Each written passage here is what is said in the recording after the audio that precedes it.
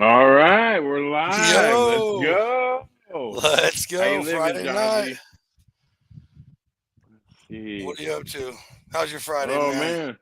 it's Friday, bro. I'm excited for the weekend. I'm sure everybody else is. We got a banger coming up for a show. Right. Before we get too into it, let's go ahead and start off with our sponsors. As always, Cleveland Whiskey, bringing all the shots to the Dude Network. Tony's somewhere drinking a Cleveland Whiskey hot toddy, I'm sure. All right, we got ranch barbecue sauce, barbecue and ranch put together for an amazing combo that goes good on everything. They also got Field House mustard and Thai chili hot mustard. Definitely worth a shot. Who else we got here? We got Willow seasonings and blends. He's got sauces too. Don't sleep on the sauces. The Colorado Gold is money if you like mustard. Sweet thing is delicious on anything. And then his rubs go good on everything too. We also have Frickson Family Farms. They have the meats, or as Tony would say, big town deals, small town feels. The best place to get your beef brisket bacon. And Redbeard Seasonings. Let's see what happened there. Redbeard Seasoning, longtime partner of the Dude Network. Can't go wrong with his blends. He's got the goods. All right, that wraps it up for the sponsors, and we got the man, the myth, the legend, Tony in the house. I have standard computer, standard microphone. I'm a mess. Long story. Sorry, boys. I basically just wanted Johnsy to have a heart attack, so joke's on him. Well, see, what happened was I ate the most delicious meatloaf sandwich. It was you did. Here goes Tony on a meatloaf was so yum that I was just like, man, I need a nap. No, would you get a picture of it or what? No, man. Just gonna leave us hanging at that? It wasn't picture worthy. I couldn't take a photo of it because I was so eager to eat how delicious it was that I just couldn't. Yeah, so I am going to. You didn't want to document the story. Hey, I want you guys to hype up our guest here. While I am going to. Grab a microphone and the camera real quick. So I looked at the clock, it's like 8:58, and I'm like, shit. So I will see you guys here in just a minute. Literally not even. Just let me go grab this camera real quick. Oh, man, what a dude. Oh, boy. So, Johnsy, man, you're the one who scored this legend to come on the show. I mean, yeah. Tell us about that for a minute, bro. I mean, I followed her for a long time. I butcher, so I'm always fascinated about meat. And through butchery, hunting, barbecue, and cooking, I have learned that a lot of things that people think about meat is not true at all. And she's out there nonstop busting meat myths, and it's awesome. And plus, she's a good cook, good barbecue. She has her own company. She started... or helped start the Australian barbecue. I can't remember the exact name of it right now. Forgive me. But, yeah. Started Carnivore. Hardcore Carnivore. She's a beast in the barbecue community, man. I'm excited to have her.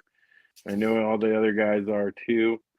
While we wait for her to get on, man, what do you got cooking this weekend?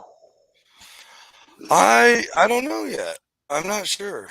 I have some carne asada marinating in some Willow's feisty lime deliciousness. So there you go there.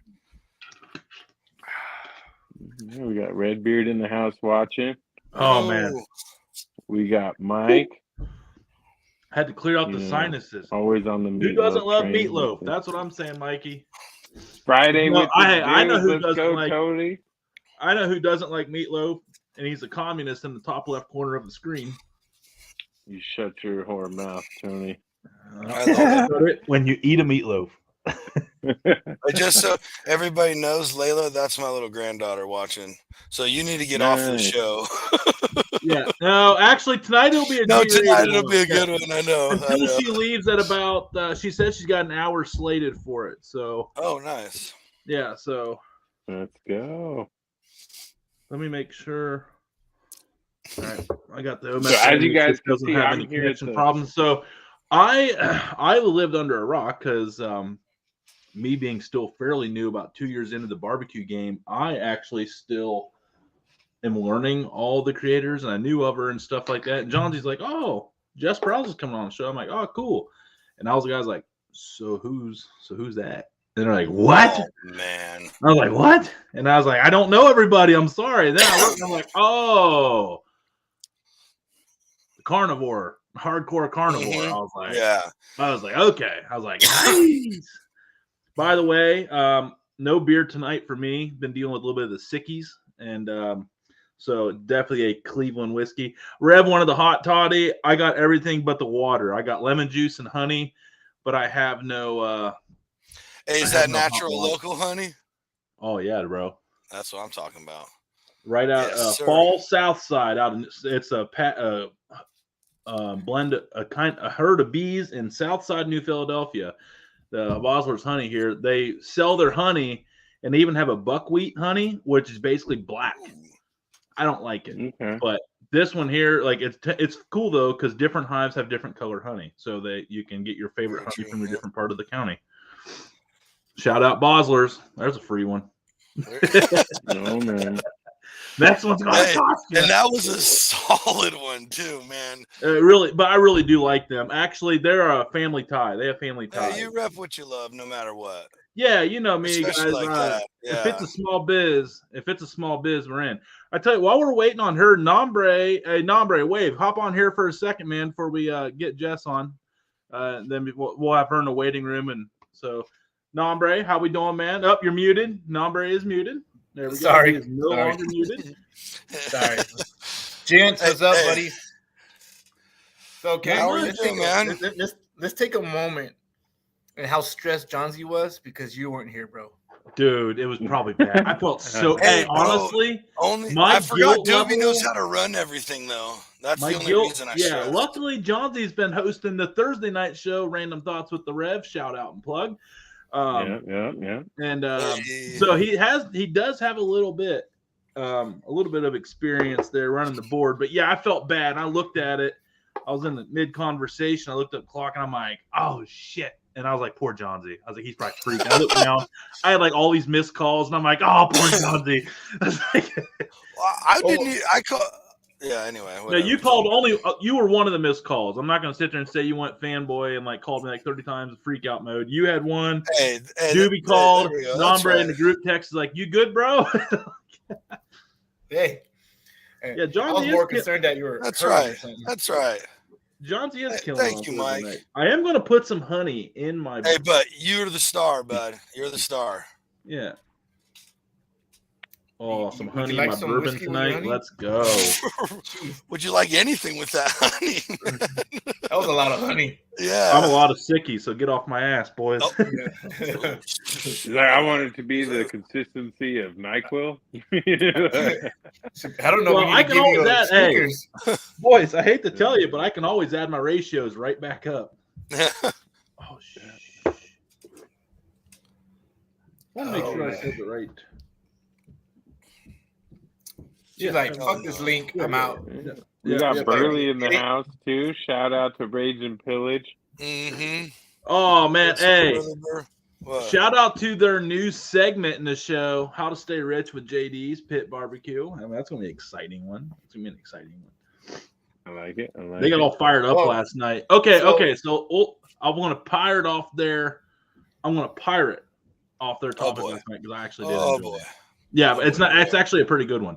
So there was like a heated discussion, somewhat heated, not that heated. Actually, they were knocking down drag out. If you want to check it out, go watch Rage and Pillage on YouTube and watch them come to blows. How's that for creating the? So Kanye, the argument was, the guy said it wasn't true charity if a celebrity, like such as Ye, which he's a loser, but like if you give that money to tax write-off, it's not true charity. So, would you rather see a celebrity donate charity and not write it off and call it true charity and still pay taxes, or since they're paying taxes, they could use those taxes to put toward charity? Which would you rather see? And is it true charity? Is that true charity? I'm going to say, if you're working the system to benefit some small businesses and community projects in the area, that's charity. That's sharing the wealth. Because you can be lazy and pay your taxes. Spread it around, baby. Spread it around. You can be lazy and pay your taxes and let them put it toward roads. I mean, the way I see it, there's a lot of ways to get tax write-offs, man. Like, you could just go buy a new smoker and have that be a tax write-off. Like, if you're going to go and do something nice. Not that I know that. Not that I know that. You know what I'm saying? Not that I know that. You might as well do something worth doing. I mean, if you can get back to the community at the same time, that's better than doing something just for yourself for a write-off. I mean, you got to give them that credit. I'm not on Yeezy's side or whatever you want to call it, but I feel like there's a lot of people out there doing some really good charity events. And let's be real, most of them are doing it for tax write-off purposes. It just is what it is. You know what I mean? Even nonprofits do charity events for tax write-off purposes. You know, just how the game is played in charity events. So here's the thing: if a celebrity would donate like non-discreetly, you think their tax person isn't going to like find those records and automatically do it for them? I mean, that's the world we live in. 100%. They got better accountants than I do. Okay, they haven't seen a lick of that paperwork in years. So, except for when the guy comes over and says, "You need to sign this." That's all they do. If it's discreetly, it's because they have a side chick with a kid. That's the only discreet about it, bro. Shout out Jerry Jones. Oh man. But hey, if you don't write it off or not write it off, we're all here, but this ain't the after party. Settle down, hombre. No. I'm just saying. I'm just saying. What are you drinking? Hey, Nombre, what are you drinking over there? I went back to my roots when my wife first met me. Oh boy. He's trying to impress the guest. Why not support the guest? You never know. Lone Star may like, hey, Nombre, Jess, you want to be the Lone Star peeps? Yeah. Did you guys see that Elon Musk wants? Oh, what happened? Yo, what's up, Double A? That Elon Musk wants to have the world's biggest barbecue in Texas. This ought to be. It's not a barbecue if you don't invite the Dude Network. Let's be real. Come on. Yeah, I mean, we are. There it is. Right I'll be there. Is that the Dude Network? I'm a field person. No, Dude Network. Yeah. Hey, you got to be the rep. Hey, field staff on point. Maybe it'll be in El Paso and Doobie could join you. Yeah. Then Nombre wouldn't make it to El Paso. No, hey man, I would drive to Texas. I don't care. Texas ain't too far. Yeah. For the record, Doobie lives a half hour from the Texas line, so of course he would drive to Texas. Yeah, but you don't want to go that Democrat part of it.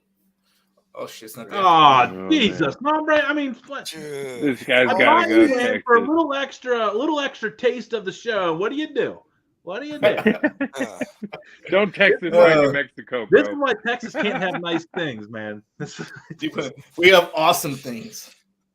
All I know is every time I'm on the freeway and I see somebody at the Texas plate, I know that they're going to go really slow, pain in the ass, and I got to go all the way around them. Me and my trailer got to go around the Texan with their SUV going 65 and a 75 every weekend, at least twice.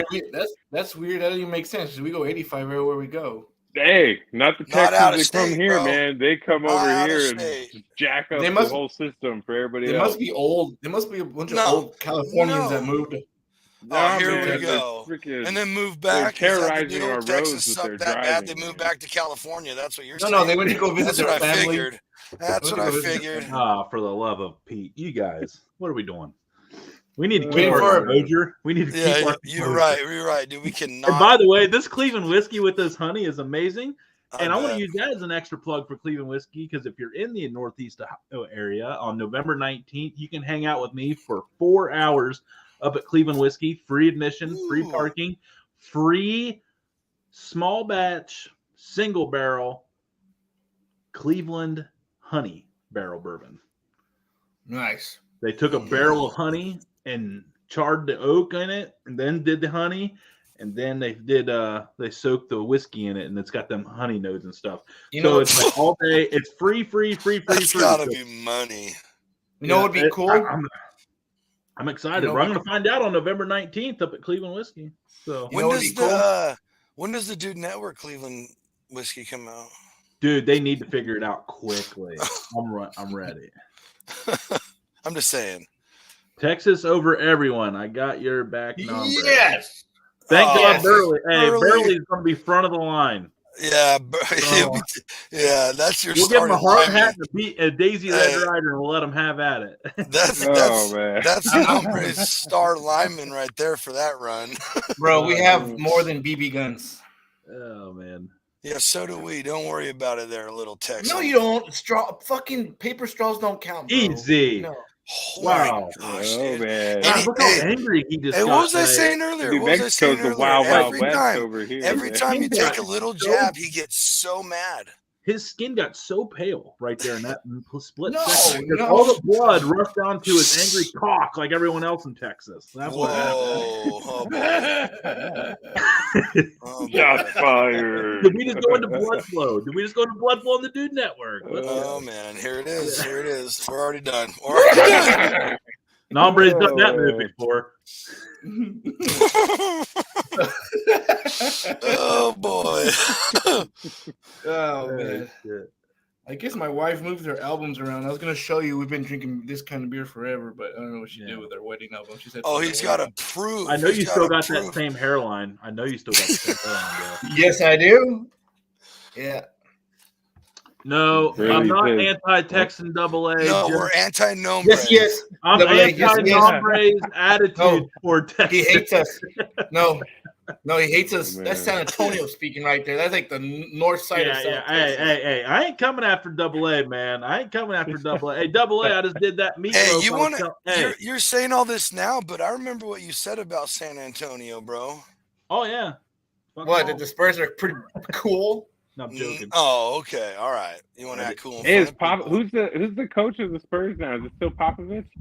Yeah, he's still there. Yeah, he's still there, man. Speaking about Texas, can we talk about the World Series? Oh, you guys cheated your way in again? As a matter of fact, we can't. Yeah. They must have cheated their way in again. Hey, anybody cheating, go Phils, baby. Bro, that's the most their back, BS. I don't know. That is the most garbage thing ever. You want to talk about cheating? Let's talk about how the president got into. No, just kidding. Jesus. Hey, come on. You can't do that with me. Nobody's trying to ramp it up before the November 4th elections over here. Hey, come on, man. Hey, Nombre. I got you, bud. But I'm just saying. And we just lost New England. The owner of the Astros himself, when they got caught, said, I don't know why everybody's so upset. It's not like it affected the game. Correct. Dude, that is the most bullshit answer ever. The whole game is between a pitcher and a batter, and they cheated on pitches. Oh, dude, get out of here. Everybody's doing it. The runner on second base is doing some weird signals. Oh, my gosh, bro. Get the frick out of here. Hey, speaking of cheating, Barry Bonds belongs in the Hall of Fame. Give a fuck. Barry, the only reason he doesn't is because he was a asshole. What? Dude, a little kid. A-Rod? I'm not talking about steroids. Baseball is better with steroids. Well, that's cheating. Burley says because is that a double standard? Guys, comment below if you're using steroids or using a trash can. It's two different things, or cheating's cheating. No, I'm not saying it is, but these guys, they weren't allowed in the Hall of Fame and all that. They got stripped of shit. And this guy's over here, you guys won World Series. Your guys won batting titles over knowing the pitches, and then the guy wants to act like it was no big deal. It doesn't do anything. You still got to hit it yourself. You still got to hit it. Yeah, but it's totally different when you know. All right, I hate to interrupt Johnsy's educated baseball spiel here, but I do have an update on our guest of honor here tonight. I think we're having a time zone miscommunication, so she might be in a half hour. So she might be the after party. Woo! Send So it, we bro. got the round table Yeah, before the special. Double whammy. Well, on Hey, that I note, agree with Nombre, hey, man. I'm actually gonna dip out and hit the Oh. road real quick so that I I can don't try even to like get you to a rest anyways. You stop for always the leave after us. party. we just got You know what I started. mean? Hey, man, I gotta prioritize the time, bro. I don't want to miss Jess Pryles, but I can't be starting in a half hour either. I gotta try to hit the road so I can come on for the after party. You gotta stop at Sam's Club and get some prime. You gotta stop at Sam's Club and get some prime ground beef and a pound of sausage to make some of that. Meatloaf. Hey, man, you shut You're your like that whore girl mouth, Tony. that's sexy No. all day and never shows up. No. Meatloaf. Burley, you're the man, dude. Meatloaf. I'm just saying man. it right now. Hey, I got feedback, man. He goes, "Thanks, man. That was awesome." I was like, well, "That's right." So, how does everybody feel about? So, how do you feel about ground I sausage? paid good money to see Stomp, Burley. You're a genius. I love that, man. How do you feel, Dude. I have a feeling that Burley, Rage and Pillage, and the Dude Network are going to cross a lot of paths over the coming years. I was listening to their show today from last night, and I was dying, man. That shit's funny. So everybody, yeah, another free shout out to Rage and Pillage. Everyone go check them out. For 18 plus, that's the ticket. That's the ticket. Very plus. Emphasize plus. Very plus. And if you're easily offended, probably not. Please, I'm gonna just let you know. But if you like those places, come on in. No, come on in. But if you like those places where you're not easily offended, definitely the place to go. If you're easily offended, come on in. We'd love the hate too. Yeah, Team Messloaf. That's what's up right there. Team Messloaf. That's messed up, bro. Oh boy. And we're spiraling, man. We're spiraling. No, that's right. We got this show right where we want it. No, I know. See, that's what I'm talking about. He goes, "Look at the bear." Nombre. Oh, dude, Dude, no. Is that no? I just now man. know. Okay, I first did not. I was checking out how good looking your wife was and how you pulled that off, but I didn't even notice the massive AR-15. Hey, dude. But what's fun? Anyway. No, I love seeing the pictures of everybody like from back in the day and stuff. It's just fun. When we were younger, yeah. I'll show you another one. Hey, easy, bud. Come on. Oh, she's watching. Look at her face. Look at her face. Yep. She's a little nervous. I'll show you the skinny nombre. Oh, yeah. Right, you're not Mikey? still skinny? Right, Mikey? No, man, I'm 270 pounds. You pulled that keg out the other week and slapped it for us. That was impressive. Hey, Hey, when Nombre all of a sudden gets after it, it's like you never know what's going to happen. Look at that skinny guy.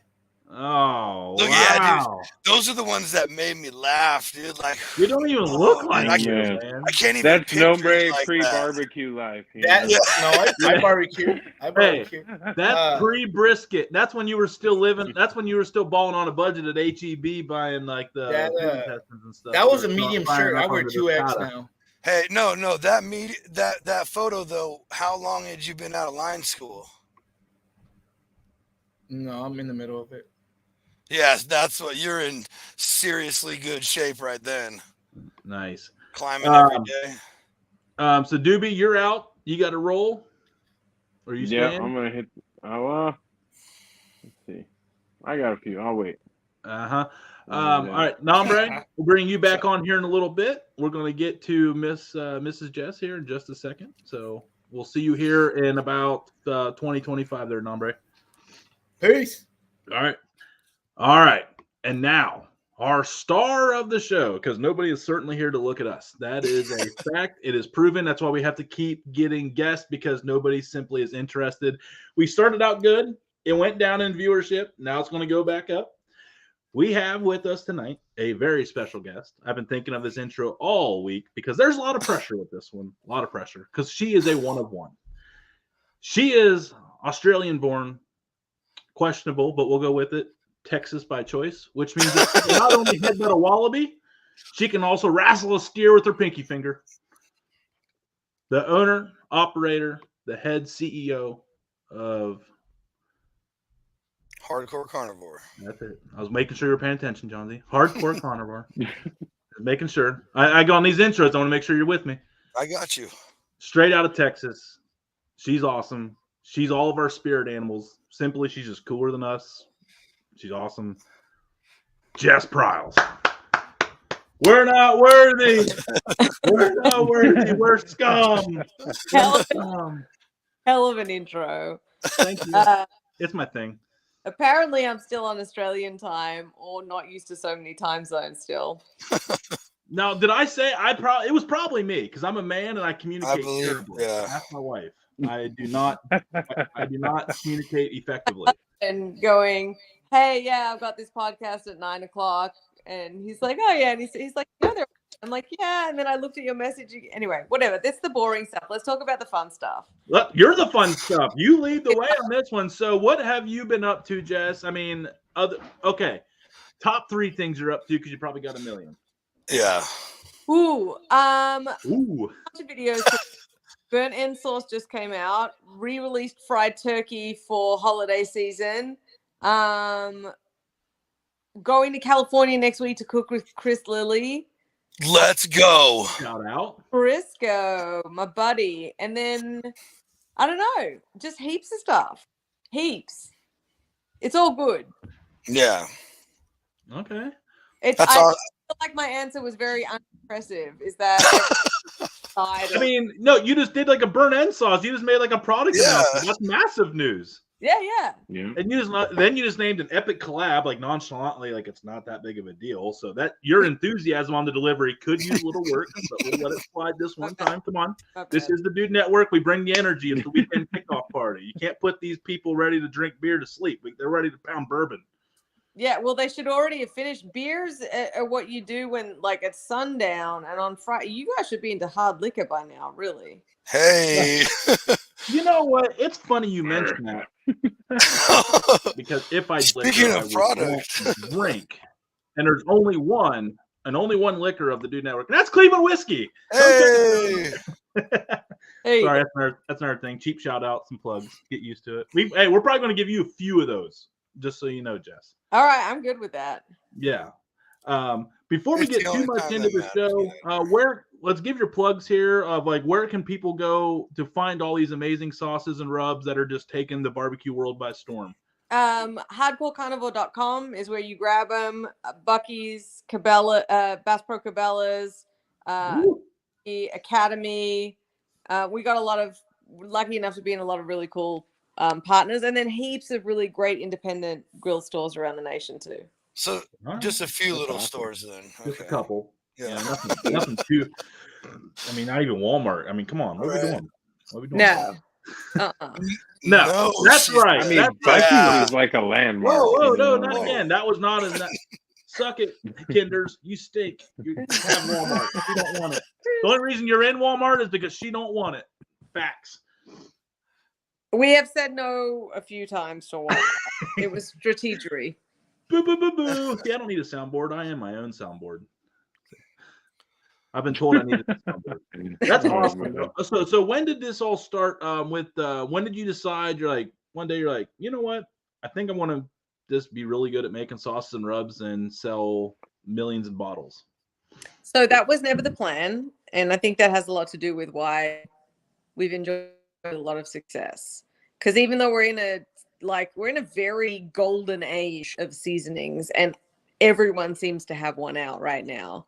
And Hardcore Carnivore Black came out. That was our first one in 2016. And it was just that I wanted a way for people to taste what I think steak should taste like beyond trying a recipe from my website. So it was like the next natural progression. And I didn't really have like these, okay, I'm going to plan and it's going to be, and we're going to drop this holiday edition. It was nothing like that. I was like, oh, I've got a cool idea for one thing. Let's see. And then it kind of went from there. So it's very organic. Yeah, organic is best. I mean, organic is absolute best. Mm-hmm. I think so. Yeah. And that's where, you can't force this kind of stuff. You can put all the money into marketing. You can put all the money in your advertising. But at the end of the day, if you don't have that natural organic push, like there's not enough money you can recoup to get that money back. So it's not a solid business model. So that's awesome. And how much do you so you came from Australia, and when did you move over here to Texas? Like at what age did you leave Australia? In 2015, so 7 years ago. Okay, so still pretty recent. So in your sauces and seasonings and lineups and stuff like that, how much of that Australian heritage has trickled into your American style? And is that, you're smiling like it's the secret. I don't be digging.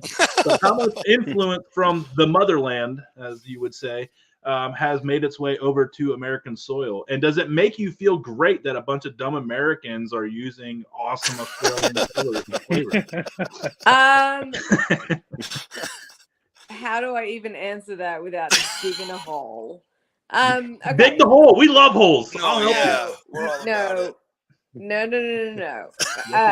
No dumb Americans. However, no, seriously, I think that being Australian did have a lot to do with it. And it's because the entire population of Australia is the same as the state of Texas. So it's around 25 million, right? And you have a huge landmass, small population. So we don't have like a lot of food service, and we don't have a lot of as much processed and pre-made foods. And so flavors are much more simple, and I wouldn't say clean eating, but the flavors are clean. And so I feel like, you would buy a steak seasoning in the typical sense, like a McCormick or whatever, and it would just be in your face with like, yeah, you want seasoning? I'm going to give you seasoning. And you like peppercorns? Bam! Peppercorn. It doesn't need to be like that. I'm actually here for the meat, actually, because that's the expensive part. So I thought that there was definitely room to create a seasoning that wasn't as in your face. And most of the line has kind of followed that line. I still blend every single one of them in my kitchen myself to start. That's not what you're buying, but that's where the recipe starts. And it's still my version of what I think it should taste like. And that's obviously resonating with people. And it resonates with a lot of women. I get a lot of emails from dudes who are like, shout out. My wife isn't really excited for steak night usually, but then I made her a steak with hardcore Carnivore Black and she loves that stuff. Like, cool. Yeah. So you were one of the first ones that I ever saw with the activated charcoal rub. Mm-hmm. That's right. What was that idea? How did that come about? I'd seen it used a lot in like health foods and stuff like that. So it was like activated charcoal shakes were happening, and it was just starting to be kind of like a niche popular item. And I thought, hey, maybe this could work in a rub, because I also had the idea, I guess, my story is that I didn't really know how to cook meat very well. And I sort of taught myself along the way. And one of the pain points when you start out not knowing how to cook a steak is how to get a really great crust on it. And one of the things that you can tend to do is overcook it while you're trying to create this great crust. And so I thought, well, if you're coloring it black on the outside before you've started, you've kind of put yourself ahead of the curve. And that's where that idea came from. Okay, is that an Australian thing? Because we have another friend of the show, Jared Pullman, and he's got a lineup of How Low Can You Slow? And he's originally from Australia, and he's got a charcoal activated seasoning. So well, he can thank me for that. Oh yes! Oh, let's go. Any let me say this clearly. Any Australian seasoning that has activated charcoal in it that is not Hardcore Carnivore Black is a copy of Hardcore Carnivore Black. Let's go. Oh yeah. And when you're the OG, hey, can I see you're already in that seasoning, nobody can tell her shit about it. Right? I mean, that's like part about being first, You bring something new to the game, you can take all the credit because it's your idea. I love it. I love it. Yeah. Yeah. I mean, it's just one of those things where, like, it was obviously a good idea and people have expanded on it. But I mean, I think that I think the point is that, you know, I did the work to kind of make it popular. It didn't really, no one really knew about it beforehand. And so, you know, a lot of people kind of enjoy coming to the party afterwards, but, you know, it's flattery, right? Hey, that's what they say. Imitation is yeah. the ultimate form of flattery. Mm-hmm. Hey, it pays to be awesome sometimes, you know, Jess? That's right. Oh, yeah. Not as awesome as that 30-point buck you got hanging over your head back there. Oh, yeah. For He real. was Nice tasty. subtle backdrop of like the venison. How are the back loins? Have you ate the back loins yet? Yeah, he's just, please. We've got, there's like 9 skulls sitting in the other room. Of course. I just wanted to get a response. I got it. Yes. Man. I know she's feisty. She came out. She's just burning everybody. I don't want to sit on the gear anymore. Hey, you told me to be myself. I love My it. husband- No, please don't did they change. really Please, say be yourself? I'm like, yeah, you're gonna get full sarcasm. That's Australian. I love it. Yeah. Hey, welcome to the Dude and That's Dude what we live Network. for. Yeah. Right now, you found the right place. You found the right place. Big deer hunter then? Reasonable. I mooch off people's leases, basically. So, Excellent. What do you do? Be like, I will make you the best charcoal activated loin you've ever had in your life. If you let that, and I also process my own deer and my buddies. I'll be like, hey, you know, like I'll trade you like pellets or, you know, beef during the year or something like that. So we have good trade. It's a barter system, you know? That's the way Hey, to do it. that is Hey, the the best American, things the happen that American way. dream. 7 years into it, she figured it out. Yeah. She What's figured wrong it with out. us? So, which do you like better, Australia or United States, and why is it the United States? I mean, I'm living here, aren't I? Well, maybe the husband couldn't get a passport. Maybe he wasn't allowed. He was on a bad list. Yeah, and I they got had my to green settle. card I mean, before I I don't got know the married. backdrop. So no, that the marriage came after the green card. So I'm here to stay, and you know, I like them both. They're just different. I think that the main reason that I left Australia, it's not an exciting story, but it's just big fish, small pond, you know? I'd fallen in love with Texas, and America really is the land of opportunity, and I wanted to be over here. And you know, I love the lifestyle. I got into hunting. I drive a truck. Like I carry knives. Can't do that in Australia. So it's a good place to be. There we go. Hey, there it is. Hell yeah. So I Hey, find anytime- it.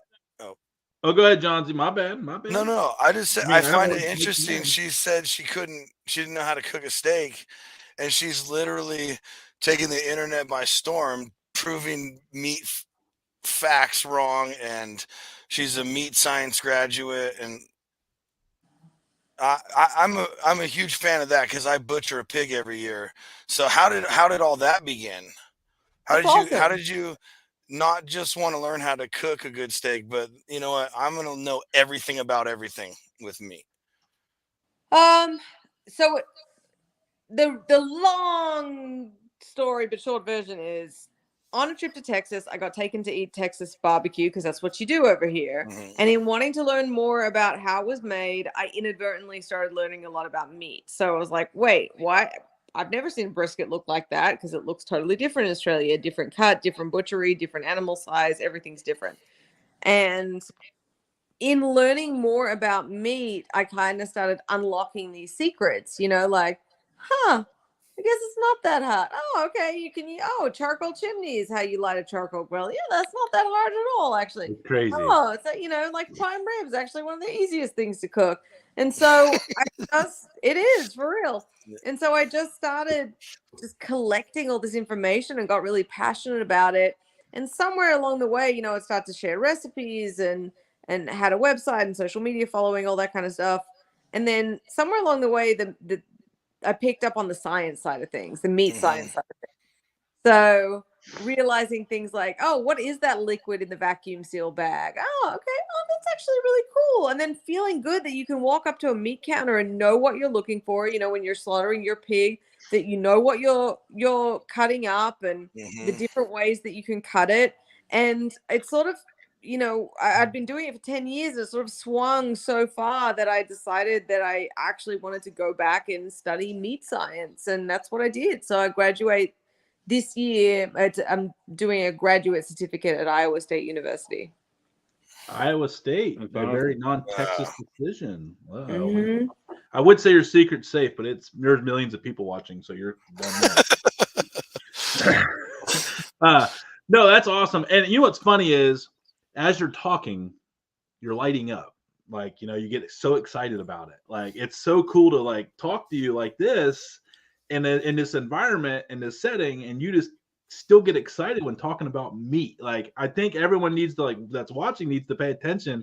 When she goes to talk about meat, like, watch her get into it. It is one of the most like impressive things ever. And probably why her seasonings are crushing it. It's probably why her sauces are crushing it. It's why her newly soon to be released burnt end sauce is going to crush it. And shout out. And then yeah, it's awesome. It's really cool. And it's your enthusiasm, because I've only been doing this, the barbecues. I've always been a propane griller. I grew up I'm from Ohio. We did gas grill, Kingsford charcoal. That's what we did. Took an old tractor rim and made a fire pit out of it. And so like I've been on this slow journey for 2 years, and just what you talked about, like I was like, man, like I've been there the last 2 years. I could totally relate to that. And once you get into it, it's a really fun, expensive hobby. Yeah. Yeah. Very much so.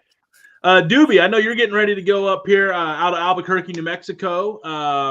Different question area background for you, Jess. Probably not a whole lot of people from Albuquerque, Las Cruces. Well, just say New Mexico. I don't know where he claims, but we'll just say Albuquerque. Doobie, I know you got to go for your full-time barbecue gig tomorrow, and I know you probably got a question or two for Jess before you got to dip out, so the floor is yours, sir. What is your favorite barbecue item to cook other than steak? Like, if you're cooking Texas-style barbecue, like, what's your go-to that you cook on the regular? I mean, my favorite item is actually probably beef ribs, but I cook a lot of pork ribs because I like how versatile they are. Beef ribs you can really only do in one way. Brisket you really only should do in one way. Pork ribs you can decide to put the crotch on or not, put liquid in there or not, spritz them or not, dry rub or not, grill them hot and fast. That's what interests me more than just like repeating the same thing over and over. It's why I actually prefer grilling as well, because it's more dynamic. You have to have more of a relationship with the coals, and certainly a pellet grill. So yeah, I'd say pork ribs, which is really weird because I do prefer beef usually. That makes sense. So I feel like, pork ribs, you can go like with like an Asian flavor profile if you want. You could go do anything. Like totally, you can do anything off the wall with a pork rib, and it's gonna come out. Cinnamon ribs, shout out. And they're pretty forgiving, Oh, I do. Don't you dare, Johnsy. I swear to God. Go ahead, Doobie.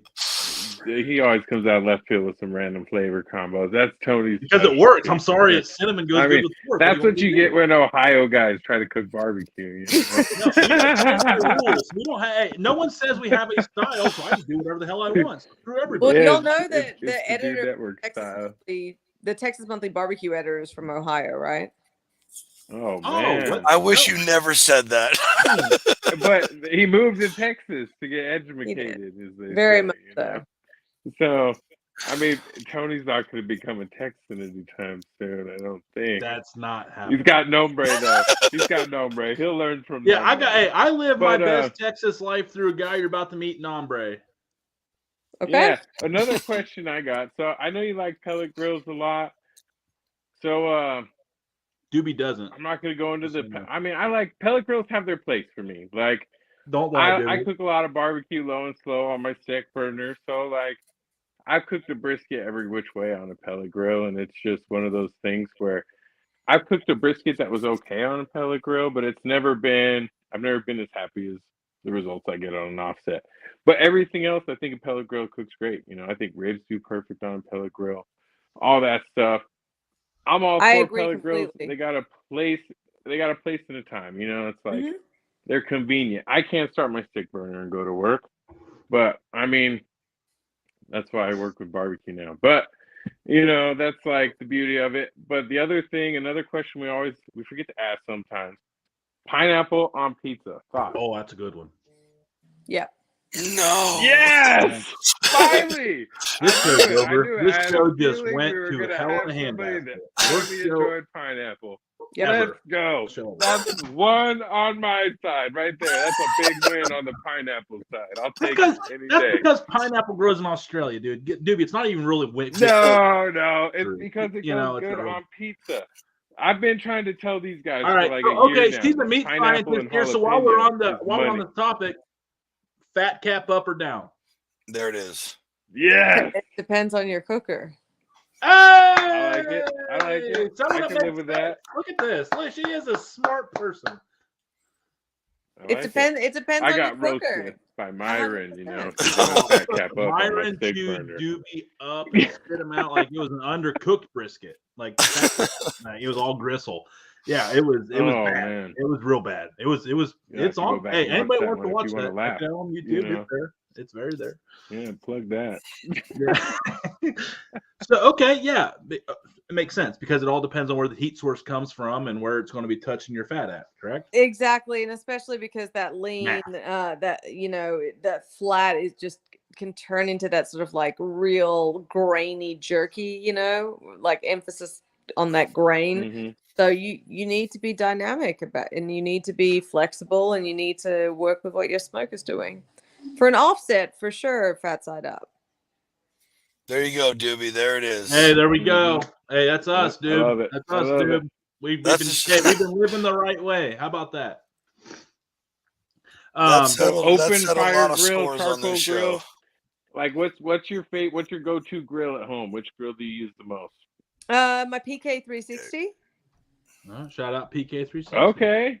Yeah, PK grills. I like I've been grilling on PK for years. Like, they're super awesome. They're cast aluminum, so they have really great heat retention as well.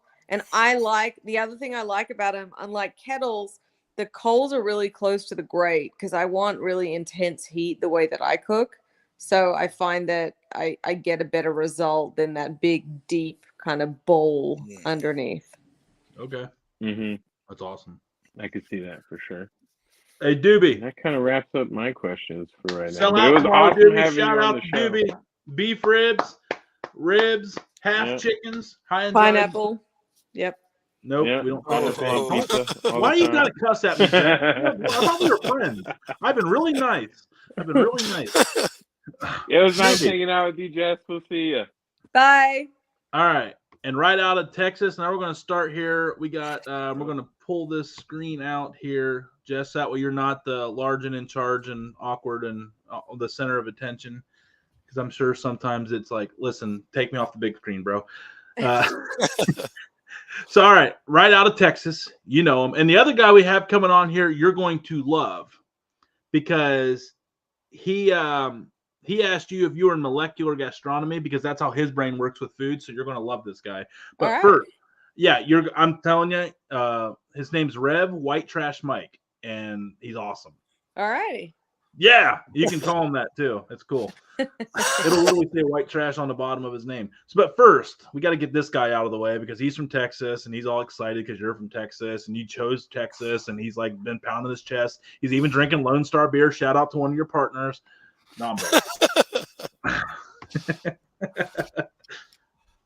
Howdy. And you're muted. Hey, you're muted.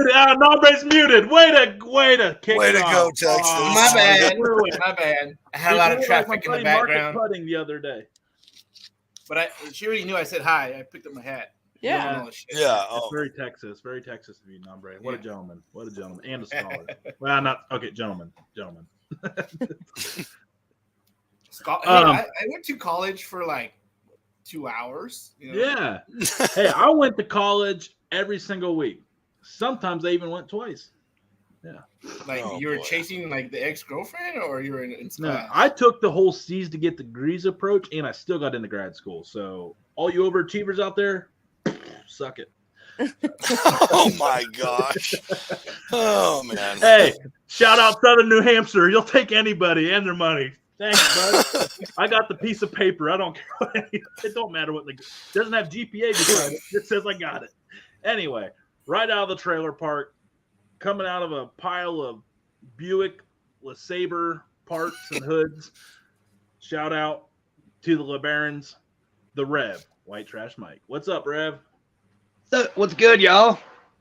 You, dude. What's good in the trailer park today, man? Same old, man. Just living the white trash dream, as it were. All right. I think we might be able to still. Let's see how this looks. Oh, this don't look bad at all. Okay, great. Jess, sorry. You good with this? Yeah, it's fine. I mean, like, again, everyone's here to see you. They trust me. They are not here to see this. I assure you. My wife has thick glasses, and I pray to God she never gets them fixed. Oh boy. So, Rev, you asked a question of what she was studying up at Iowa State, and we hyped you up a little bit here. I'm sure you heard that. You're a brain whiz with the meat, so I have a feeling that you got. Oh, don't play coy with me. So, what did you think? I don't know where I'm going with this. Ask her what you were thinking. Neither do I. Someone. Yeah, it was the Cleveland whiskey. I'm sorry. Sure. So meat sciences. So what is it you study? So meat science is the study of basic quality and safety with meat. So things like how to improve the shelf life of it, how to cure bacon, how to get better processed meats, how to make bologna better. You can't. What happens? You can, because you can make better bologna. You can make better quality bologna by looking at things like pH level at time of slaughter. And if you bone before the carcass goes into rigor mortis, you'll have better water holding capacity and thicker bologna. Ow! For example. I understand that, but it's bologna. Yeah. That's baloney. He just went with he just cop on everybody. He's like, it's still baloney. Like, what kind of answer? Like, what kind of comeback? Welcome to the hey. This is the after party. I mean, Jess, this is sorry. Good with it. Yeah. Good with it. So Jess, today you're on Instagram and you had just finished making a video. You had I caught it late. You're having difficulty reading comments, but you had steak tartare or actually it's called Parisa. It's freaking awesome. It's from one county in Texas, Medina County, and it's ground beef or sometimes venison, but this was ground beef, and they grind it with onions, American cheese, and then they put chopped jalapenos in it, and they eat it raw with a cracker, and it is the shit. Great. Oh, that sounds delicious. So people probably freaking out. You just said raw. Yeah. Why is it safe? Or, oh my God, you're gonna get worms in your stomach and shit for days, kind of deal. I mean, you probably would if you were eating it in South Sudan, but I bought it today from HEB. I also checked with the butcher as to how fresh it was. So basically, anytime you eat raw meat, you're taking a calculated risk. And because I knew from the appearance and the smell and the sauce, and when I had purchased it, the freshness of the meat, and that it came through the USDA system that has a lot of checks and balances, the chances of me getting sick were quite low. Yeah. Okay, so there's a big thing called the time and temperature zones and what the danger zones are. So if you go to the butcher, you talk to him, like she said, about how fresh the meat was when it was ground, when it actually got to the facility, that everything was held within the proper time and temperatures. You're really fine here in America. It's not like they have the bazaars in the Middle East where there's just like a carcass they're carving off of. Yeah, exactly. Okay, so now talking about cookedness. On a steak, I like it medium rare, but on my burger, I like it done. Now, I'm in my head, I was taught that bacteria, when you're messing with your ground meat, getting it all, the bacteria is no longer on the surface. Now you have intermixed it with the whole ground beef. And with a steak, you're searing or cooking the top, and you're getting that perfect finish where the bacteria that was on the surface is gone. Is that true? Have I been told wrong, or like I need to do something? Oh boy, there she is. Oh, boy. Texas blackout. No, that was my alarm going off telling me that I have to get on a podcast at 9 o'clock. Oh, shout out to you being 5 minutes early, Jess. Look at you. Thank you. Look, yeah, that thing set before 9 o'clock. That's right. Believe it. So, yes, you're right. So effectively, red meat beef is effectively sterile on the inside. So when you cut a steak and you sear it, you're using the heat to sterilize the outside, and the inside's fine. Obviously, that doesn't apply, which we've already kind of covered in like a second or third world country or developing country where you can find things like worms in the meat. That doesn't happen here in the US, or it won't get to your plate by the time that happens. So if you run that steak through a grinder, you're mixing the bacteria with the sterile meat, and that's why you should cook it all the way through. However, it's back to what y'all said about time and temp, right? So if you grind your burgers yourself, you can be in a pretty good spot. And I mean, there are so many burger joints across the United States that offer the burgers pink in the middle, right? Yeah, and very few people get sick. And again, that's just the food safety system. But if you were going to buy pre-ground hamburger from the grocery store, like, it's been sitting there, the bacteria is allowed to multiply because of that time. Now, having said that, my husband Chris will walk into the kitchen when I'm dealing with ground meat and just pick up a big hunk and put a little bit of salt on it and just eat it, because he's a freak. But I love him. But he hasn't been sick yet either. But he's also probably built up a little bit of a I was going to say his is probably so strong that the appendix is probably even working. His appendix even works because he's eating so much red raw meat. Right, it does something. Hey, shout out to him for changing the human race back to the greater good. Hey, shout out Hubs. Let's go. You know, now, one of on pork. I will say it is gross. Go ahead, Rev. I cut you off last time. Gross. One of the big things in the restaurant industry when you're talking about prepackaged like hamburger patties or like sausages and stuff like that, all of that comes IQF, individually quick frozen, so it's processed and then frozen immediately during the preparation process. So in theory, if you go to a restaurant and they're actually keeping with time temperatures, you can get a cheeseburger mid-rare and you're running a really low risk of getting contaminated by anything like that. And there's a big difference. Yeah. There's a big difference between something that's IQF'd at a restaurant versus what you get at the supermarket. Right.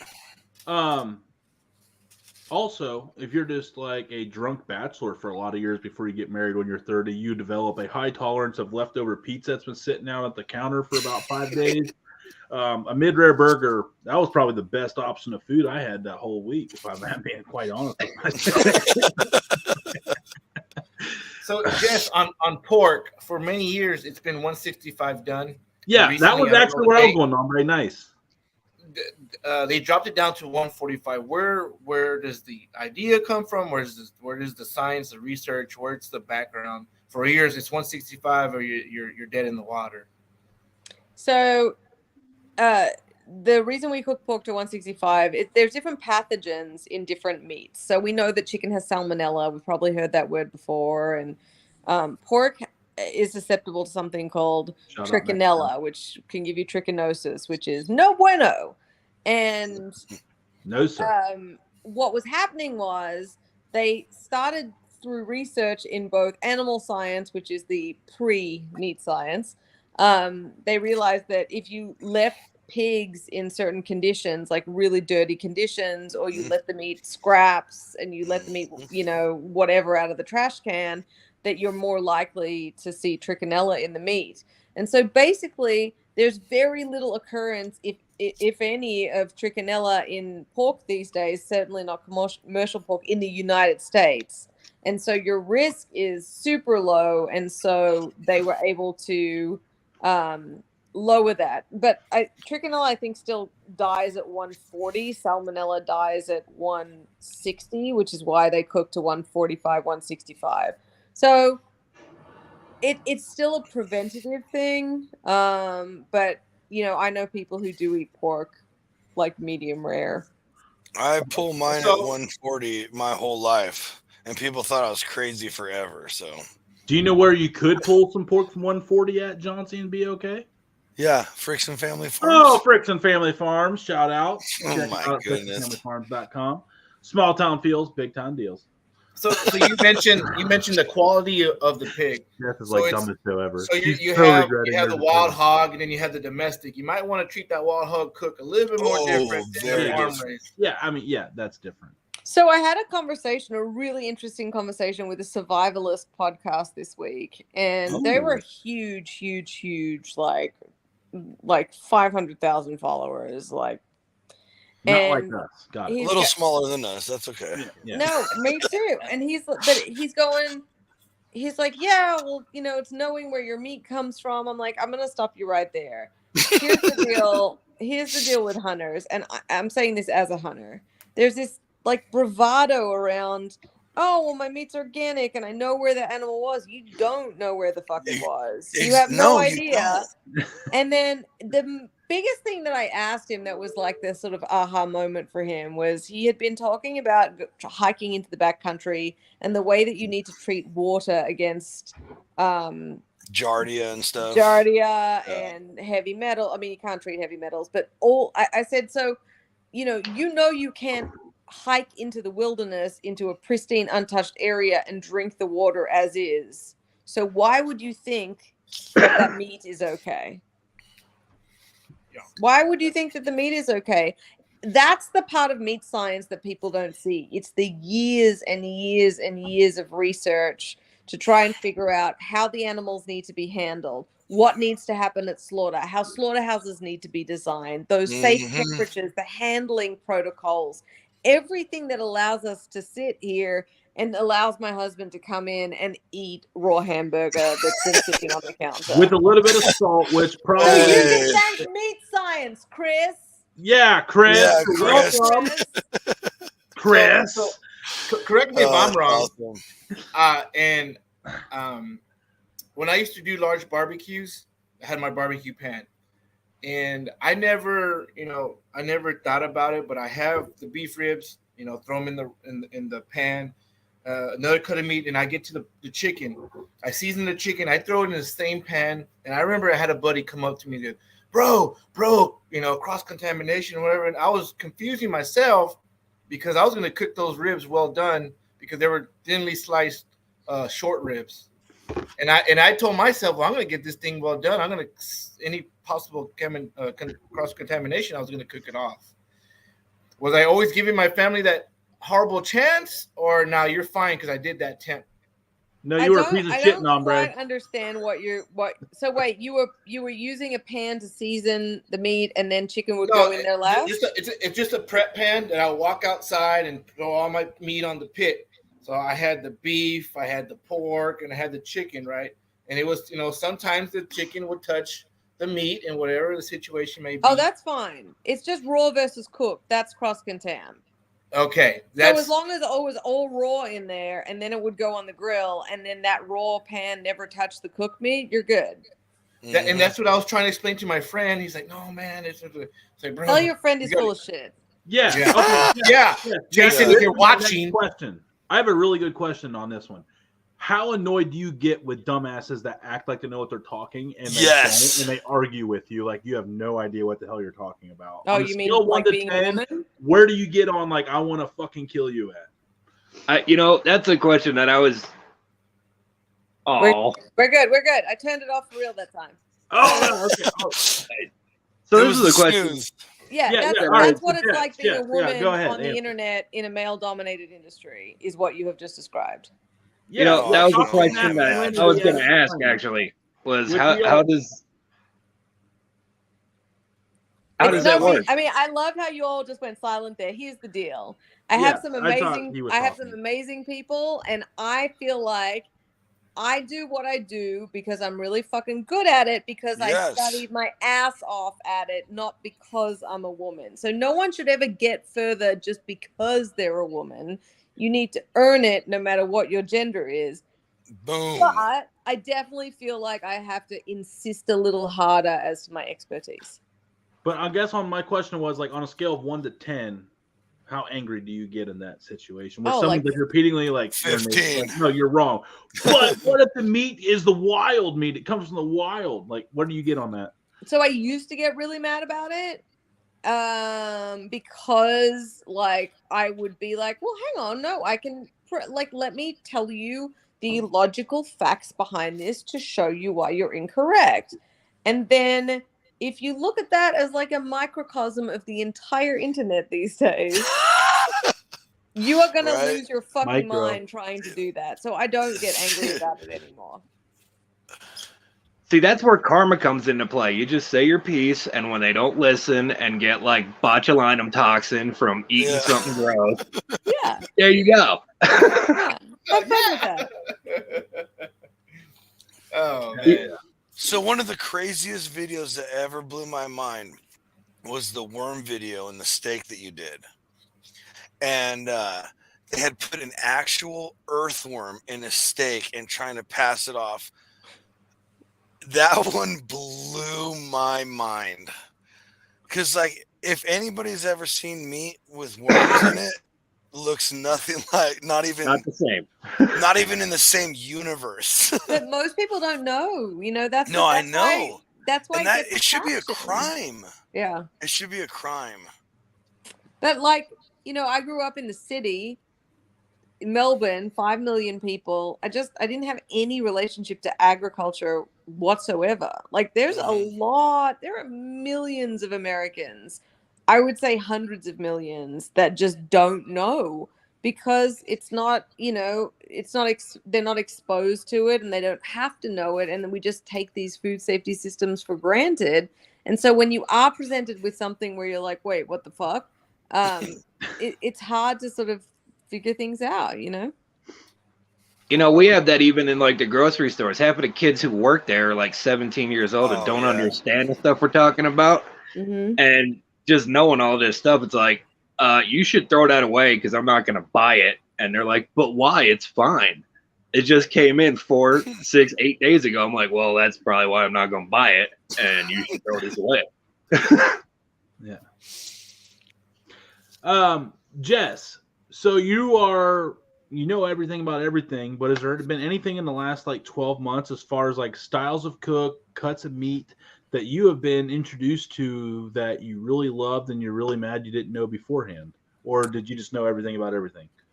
I didn't know everything about everything, and I still don't, and I love learning.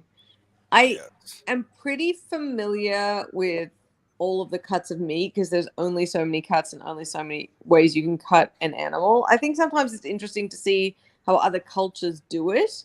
You know, I just hosted the World Butchers Challenge in Sacramento, and like Irish team cut differently, the Brazilian team cut differently to the French team. And then the Germans. That would have been fascinating. It was amazing. It was amazing. I know. I wish I could have been there. That would have been awesome. But I think the best way, what I learn and what I really enjoy is more seeing finished dishes. So like travel, eating in different restaurants, like seeing how different chefs put flavors together, seeing, you know, what choripan is in Argentina versus a bistecca Florentine in Italy. Like that's how you learn, you know? Yeah, totally. So I've been go ahead. Cooking styles. I love the back and forth you and Al Fragoni had. You just keep on flipping. Oh yes, and he you know. So in my head, I go, this is great, but there's two different cooking styles. He was doing just right temperature, and you're doing like you're gonna burn your fucking hand off, so you're gonna keep on turning, and that's what the majority of the audience got from both of y'all. Y'all had great opinions on how you want it done. But open, super high heat and controlled heat is just two different cooks. I hope people understand it. Al measures with his hand. If you watch him, he counts to 5, 6, 7. That's where he wants it. He puts his steak down in his video, right? You go watch Jess and Al. And then you say, let's just keep on flipping. And you are, if you put a thermometer to it, you're probably at 600 plus. There's no way you can do Al style. So it just shows the different styles of cook. There's not a wrong way. There's not a right way. It's just There's a wrong way. There's a wrong But they way. they also have different results. So one of the things that Al and I laughed about that he knew I was going to come for him with that rebuttal was that his steak was perfectly cooked on the inside, but it had a really light brown it crust. was very light brown. It was a very weak crust. Oh, Al, And you weak ass. I like a really aggressive crust on my steak. There are really important flavor compounds that develop. I like them to be a stronger flavor profile. So like I would rather it be closer to burnt than underdone because that's what my palate likes. And so it's nearly like that we know that people like some like rare, some like well done, and that's taken for granted. But do you like a buttery finish on your steak? Do you want an aggressive crust? Do you like a softer cut? So it is just personal preference, but I'm right. So what's your favorite? Love it. Chimichurri's not nearly as good. Bang. No, actually, that's cool. No, that's pretty fucking awesome. No, I was gonna say, I've been told it's amazing. I still have yet to buy some. That's pretty fucked up. You haven't bought some and you made the pam pam on it. For real. Yeah, because she's here. He's not. He hasn't come a guest on this show. Al's dead to me until he does. Jess is a hero. Jess is awesome. No, I'm not joking. Yeah, that's not good. No, Al's awesome. We all love him. Awesome. He's done a lot for the community. And we all appreciate his big brain as well. But in the sake of shit talking, and you're here, you win. And if it was in person, if it was you and him, I'd be like, Jess wins. Look at her. I mean, Australia. She'll fucking headbutt me if I tell her otherwise. Aussie. Yeah. I don't want none of that. I've seen Aussies. They got that special light switch. I don't want no part of that. I'm good. I'm the softie from Ohio. Hey, so Tony, now that you're Harry's knives, just real quick, Tony, how many bottles of her seasoning do you have in your cabinet? I don't have any now. I don't have any, but I'm going to. I swear to God. So speaking of seasoning, we all know the content struggle, guys. Don't sit there and rat me out like that. I got commitments and shit. Get off my ass. I don't need this shit. But I tell you what. So I have a question about one of you will have something as a collab. You don't have to accept it, like I told you earlier. But there will be a hardcore carnivore. I gotta try the true and the try and pure original that everyone else imitates. Activated charcoal blend. Hardcore Carnivore Black. And I'm also going to buy her brand new that just came out burn end sauce. That's what I'm going to do because I have never done burn ends. I have yet to do burn ends, so I think it's only appropriate to buy a burn end sauce to go with my first batch of burn ends. Am I right, Jess? Yeah, I mean it makes it easy. It's an what would be the affordable? Christmas time's coming up, Jess. So why don't you tell us what the affordable price would be of such a great product? The sauce is at $11.99. The rubs are at $12.99.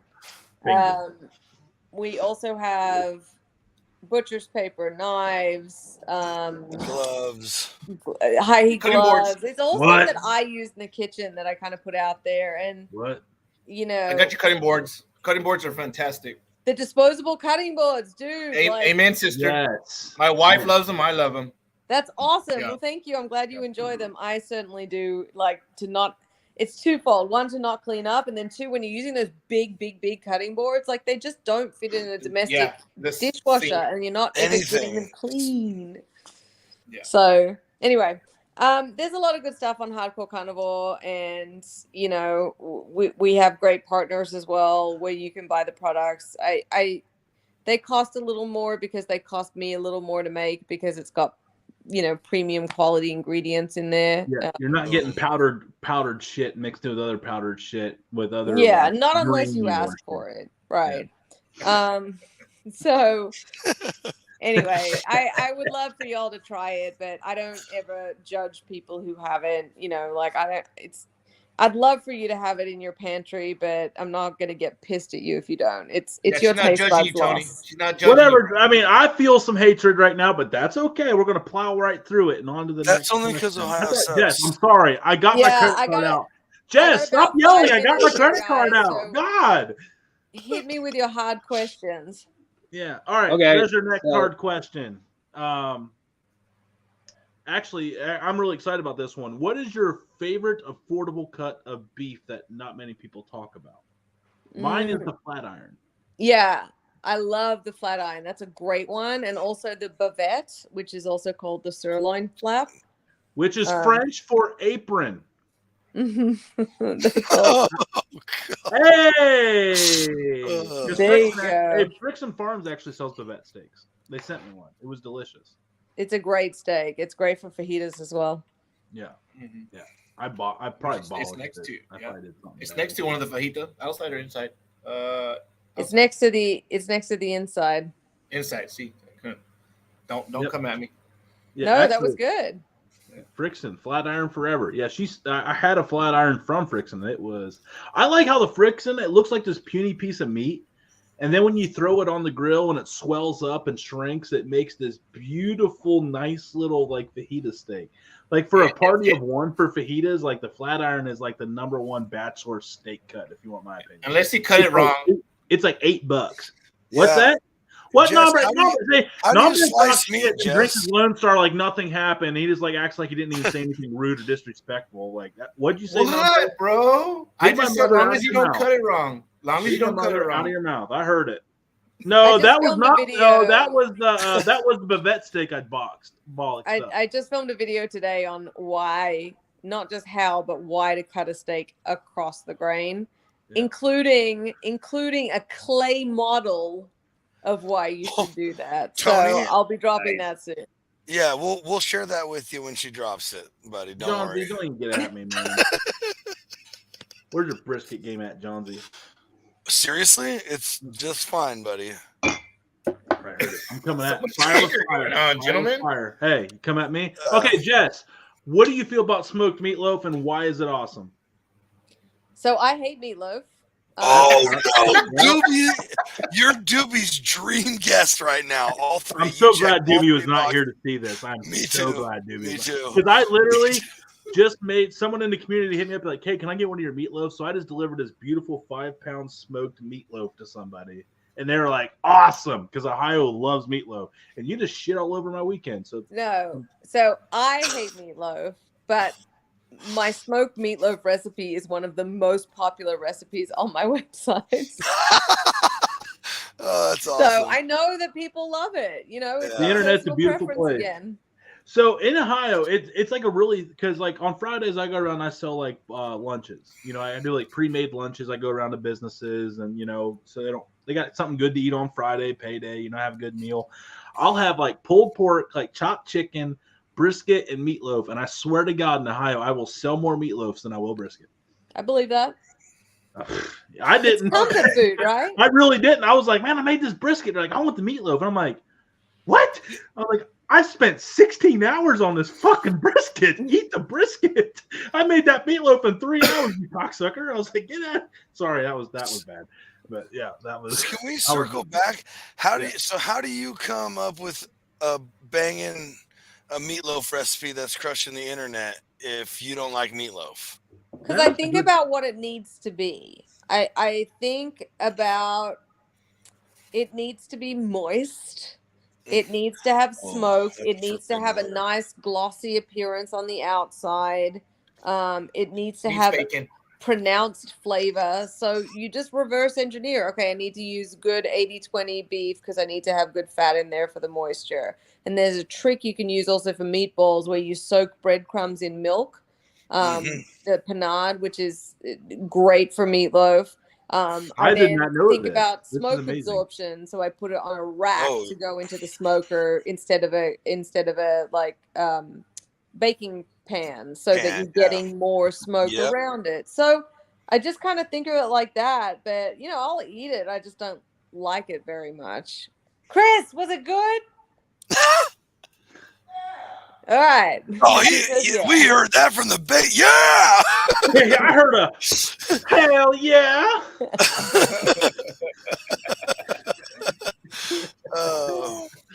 So I have a question about one of your seasonings. So you've been talking about having like a really aggressive sear on your steaks. How does the activated charcoal in your seasonings affect the Maillard effect when cooking a steak?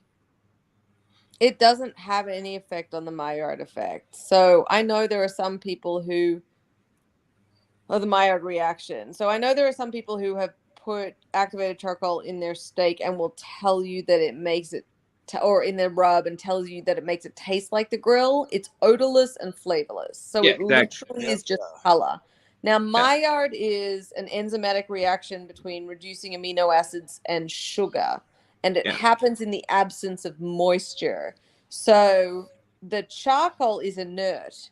So it doesn't affect the Maillard reaction one way or another. All right. Very. There you go, Rev. What else you got for us? One thing. Yeah, what up, Rev? Come on, Rev.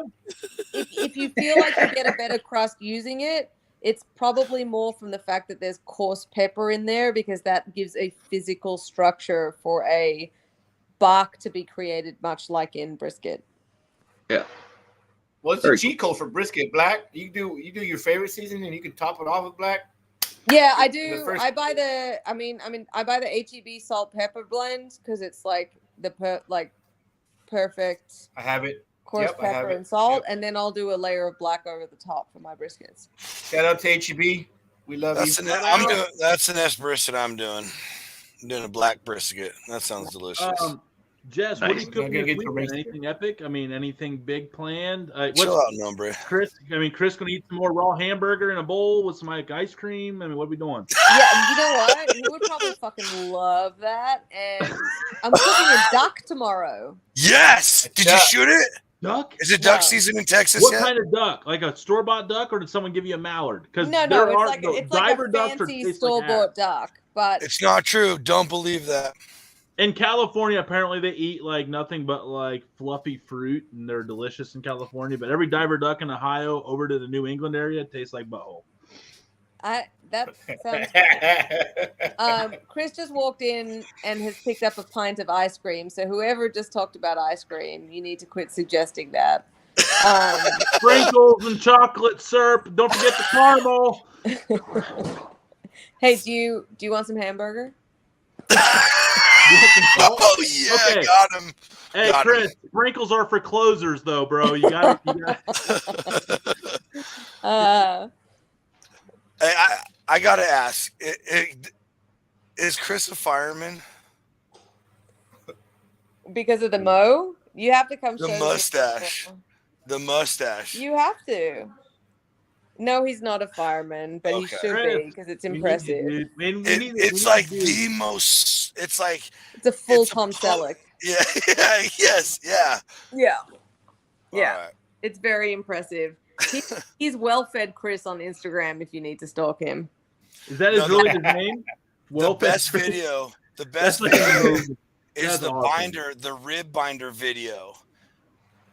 When you had him see if he could taste if mustard, mustard and no, I can't remember, oil, mustard, and nothing, I think. It was honey, mustard, and nothing. Yeah. And he was so sure, and he was dead wrong. It was great. Yeah. It's all right. Good sport. He's a good sport. Yeah. Hey, Jeff. I'm a barbecuer. I probably wouldn't have been able to guess either. So, are you running any promo codes on Hardcore Carnivore this time of year, by chance? Not at the moment, but if you are familiar, trying to get shit cheap, Tony. Listen, I'm at the checkout counter, Johnsy. Get off my ass. We're trying to save $1. Times are tough. We do. So there's a code for free shipping over 75. And then again, we're about to hit Black Friday, Cyber Monday. So just buy it now, but the bull later. Stock up later, buy it now. Honestly, you have bundle pack? I was looking for everybody watching. I was on here looking, and what looks to be a really good deal is the small bundle of. Man, I'm like getting committed so far in the shopping cart I can't go back. But it was like the the 5 basics for like $51, like one of those ones. Yeah, it had all your like basics and strong stuff. I was going to go for the big one, but I didn't need Tex-Mex and all that stuff, so I went with the small one. Yes, you do. No, I we don't. don't. That will I change your life, my life. I don't need any more Texas, Nombre. I got Jess. Yeah. That will change your You're life. replaced. Jess is the new Nombre, so you're gone. Yeah. Ooh. Yeah. The Yeah, logo's well, already it was an changed. easy choice, Jess. I mean, you know, we're all about aligning ourselves and setting ourselves up for the future, and you win. So, Oh well, thanks. I go And with you success. never- I'm a winner. You know, and you you have have a to great, run, you have a y'all. great resume. It just seems like Hey. a logical choice. This has actually been super fun. You warned me it was going to be fun, and you didn't disappoint. Awesome. I mean, But coming back now I next have to year. call myself Next as year, we're coming different. back next year, Jess. Pardon? We're gonna come bring you back next year, then. Yeah, fuck yeah, why not? Ah, Fuck yeah, let's go. Fuck yes, that's what she said. Well, yeah, I added the S because yes seems more enthusiastic from me. From her. Well, I Fuck appreciate. yeah, you with So the how are you gonna Thank you. like, let's go. So how are you Jess, gonna cook your I duck? just want to let you know, Jess, that you have been one of my favorites of all time because you. Oh, have thank been- y'all. This was super fun. I appreciate it. I'll I- post stories of the duck tomorrow, so keep an eye out on Yes. IG stories. I promise to keep a better eye on your stuff. Thank you so much, Jess. Keep Bye, busting y'all. I'll those chat to meat y'all soon. myths. Nice to meet you. Dudes and Nice to dudettes, meet you. the lady Jess married to the man Pryles. that eats raw hamburger with salt out of a bowl. Jess Pryles. Johnsy! Johnsy!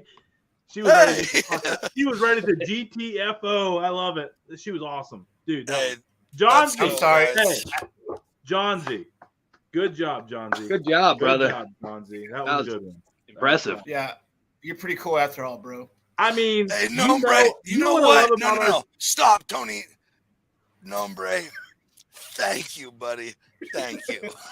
I didn't mean to interrupt the one. Hey, yeah, it's the end of the year is coming up, so Nombre had to get one compliment in for the new year. Yeah. No, I That just once a year, bro. Hey, and guess what? It came before Christmas.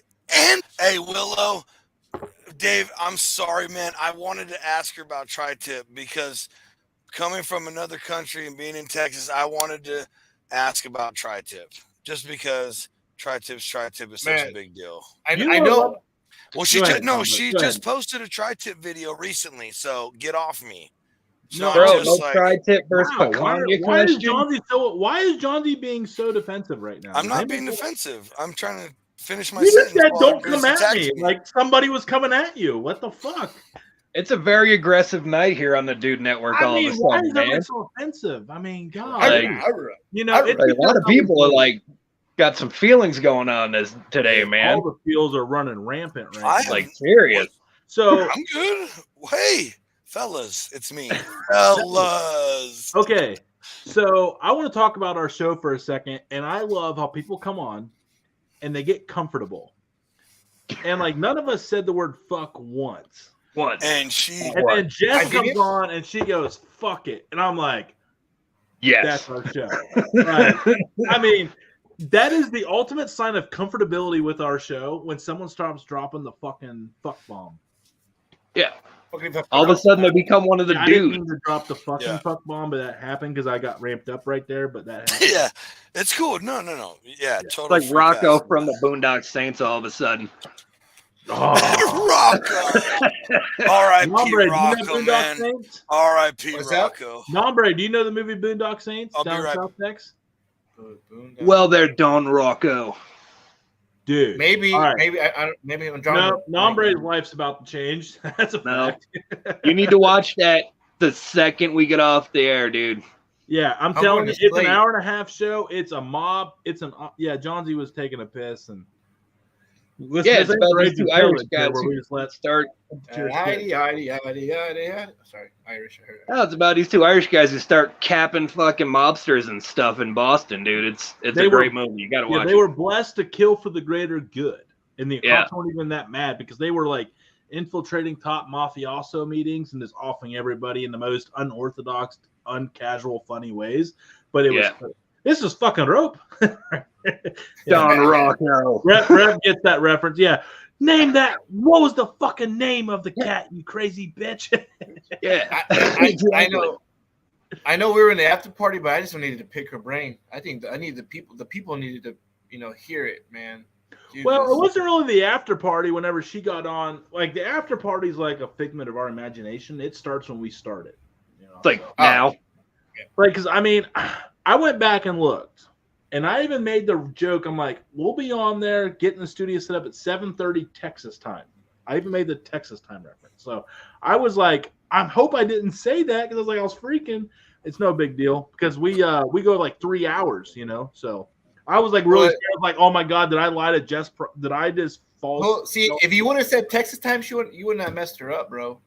You think I pick on you, but if you just would have said Texas time, relax. I did say Texas time. Maybe the flyer messed her up.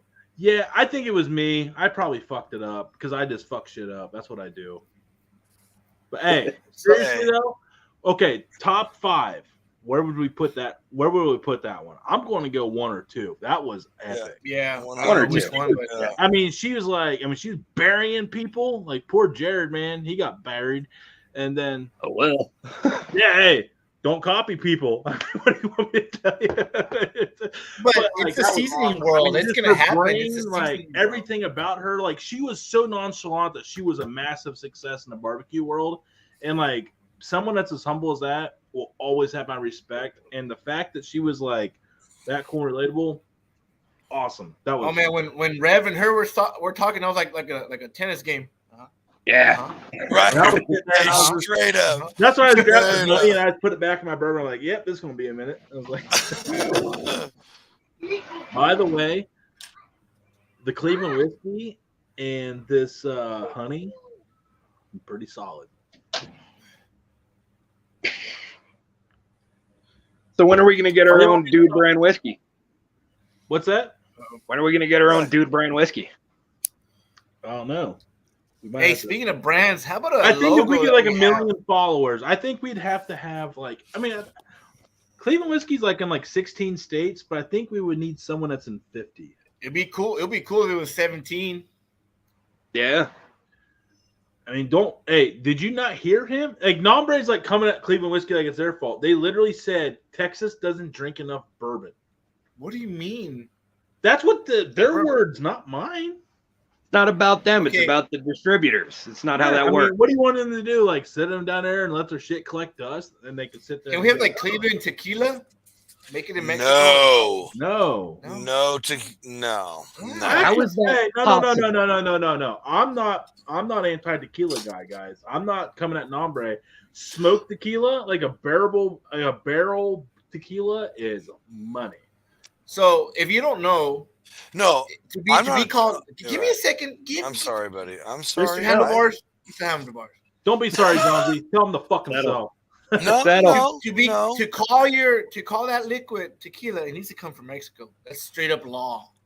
For it to be tequila, it needs to be made in a certain region of Mexico from blue agave hearts that are roasted and then turned into tequila. Is money, but why can't we not Americanize it and age it in a barrel? Come on, because then it's not tequila. No. It's my version of tequila. I do not drink tequila except for real tequila. So I cannot drink the crap anymore. I cannot. So don't drink the rock tequila. I already went through high school once. I don't need to relive that. Avion. So tequila is a spirit that's technically called mezcal. Now, all tequila is mezcal because of the ingredients and the process used to make it, but not all mezcal is tequila because of the region that it's made in. And the mezcaleros, the guys who make it, are from a very certain region in Mexico. It's like champagne. Real champagne is only made in Champagne, France. If you get Italian champagne, it's technically Prosecco or sparkling wine. Same thing for American. Tequila has to be made in that region of Mexico. That's why we can't make it. Just like Irish whiskey. Whiskey has to be made in Ireland. We can make something close to it. I'm still over the rules of where it's bottled at. No, it's not just where it's bottled. It's not where it's made. Well, but they're like, then you can't make Irish whiskey in the United States. No, yes, sir. Listen to me. No, you cannot, because the water that they brew and do stuff with has different minerals. Everything is different. Why else can you go on? Hey, like the water's not allowed to leave the country? No, listen to me. Right now you can't. Biden has everything open. Now why on brewing websites and distilling websites do they sell tablets that make the water the same kind of, as close as they can, mock the minerals content of the water in this part of this country and this part of that country, so you can make that kind of beer closest to it, or make that kind of mash that closest to it. If it didn't matter, or you could go over to Ireland, Nope. take a couple gallon jugs, fill them up with Irish tap water or the water over there that you need, bring it back, make a 5-gallon micro barrel with Irish tap water. You don't know their process, bro. You don't know how they do it. I got Rev. I got every process I need. I got Rev. That's a fact. Can we talk about how Johnsy needs his hands to talk? If we tie his hands up, he won't be able to talk. Rev, that's how you gag in Italian, bro. Yeah, gagging in Italian is not with over its mouth. You tie his hands up, we don't know what to do. Tie his hands together. he even had the hands. What? Came back and he's like, Rev, about it. Fugazi. Don't make no Fugazi. Don't make no Fugazi Irish whiskey. Yeah, I get it. Because I'm not a fucking Fugazi. That's why my hands. Well, I don't know, Johnsy. Seriously? I don't know. Okay. All right. Fine. Whatever. Why are you coming at him so hard? Listen, Johnsy. Like, Johnsy books Jess, and he's like, I'm running this ship. I mean, listen to this. I didn't say super aggressive tonight, man. Oh, Johnsy, come on, man. Hombre both saw me and how stressed I was. Yeah, let's recap for all the 1,000 viewers. Yeah. So, let me explain. I'll explain what happened because I'll explain. My timeline was pretty. My timeline, I'll even put myself on the big screen for this. My timeline was pretty epic on. God, now look who's talking with his hands. Yeah. So basically, like, I was talking with the wife. We were talking about something. The kid's been like pretty tough the last couple of weeks, and we were sitting there like, how can we get things a little bit better in the house and all this other shit. And it was like 9:40 when we started. And I'm like, plenty of time. And I'm like looking at her and I'm like, I don't want to sit there and like cut off our conversation and be like, yo, babe, I got to go do this show in the middle of a conversation. And it's like, I see where your priorities lie. So I didn't want that conversation. So we went like, let's come up with a game plan. Let's do something, this, that. Next thing you know, I look down. I look up at the microwave and she's in mid-sentence, my poor wife, Alyssa. And she's like, I think we should. I'm like, fuck, it's 9:58. Got to go. And I cut her off in mid-sentence, went downstairs. I looked at my phone. I had like Johnsy missed call, Doobie missed call, Nombre, you okay, bro? In the group text. And I was like, oh, shit. I didn't have nothing set. I didn't have a charger for my laptop, man. It was such a mess. I felt so bad, man. We were ready. I said, guys, if something happened real bad, right here, we'll finish certified. Yep. He's only giving you compliments because he gave you a discount code. Yeah, she didn't even give me she didn't even give me the free shipping code. Can we talk about that for a second? But she did say wait on Black Friday. So everybody wants to try the hardcore. Nombre, you're a fucking asshole for putting me on the spot like that. Dude, that was nice. That was nicely played, sir. That was nicely played. Don't come at that me. Was awesome. He's like, how was hardcore carnivore? And I could have been like all of it, but I'm an honest guy. I want everybody to know. Hey, and trust me, I guarantee that's what people respected, including her.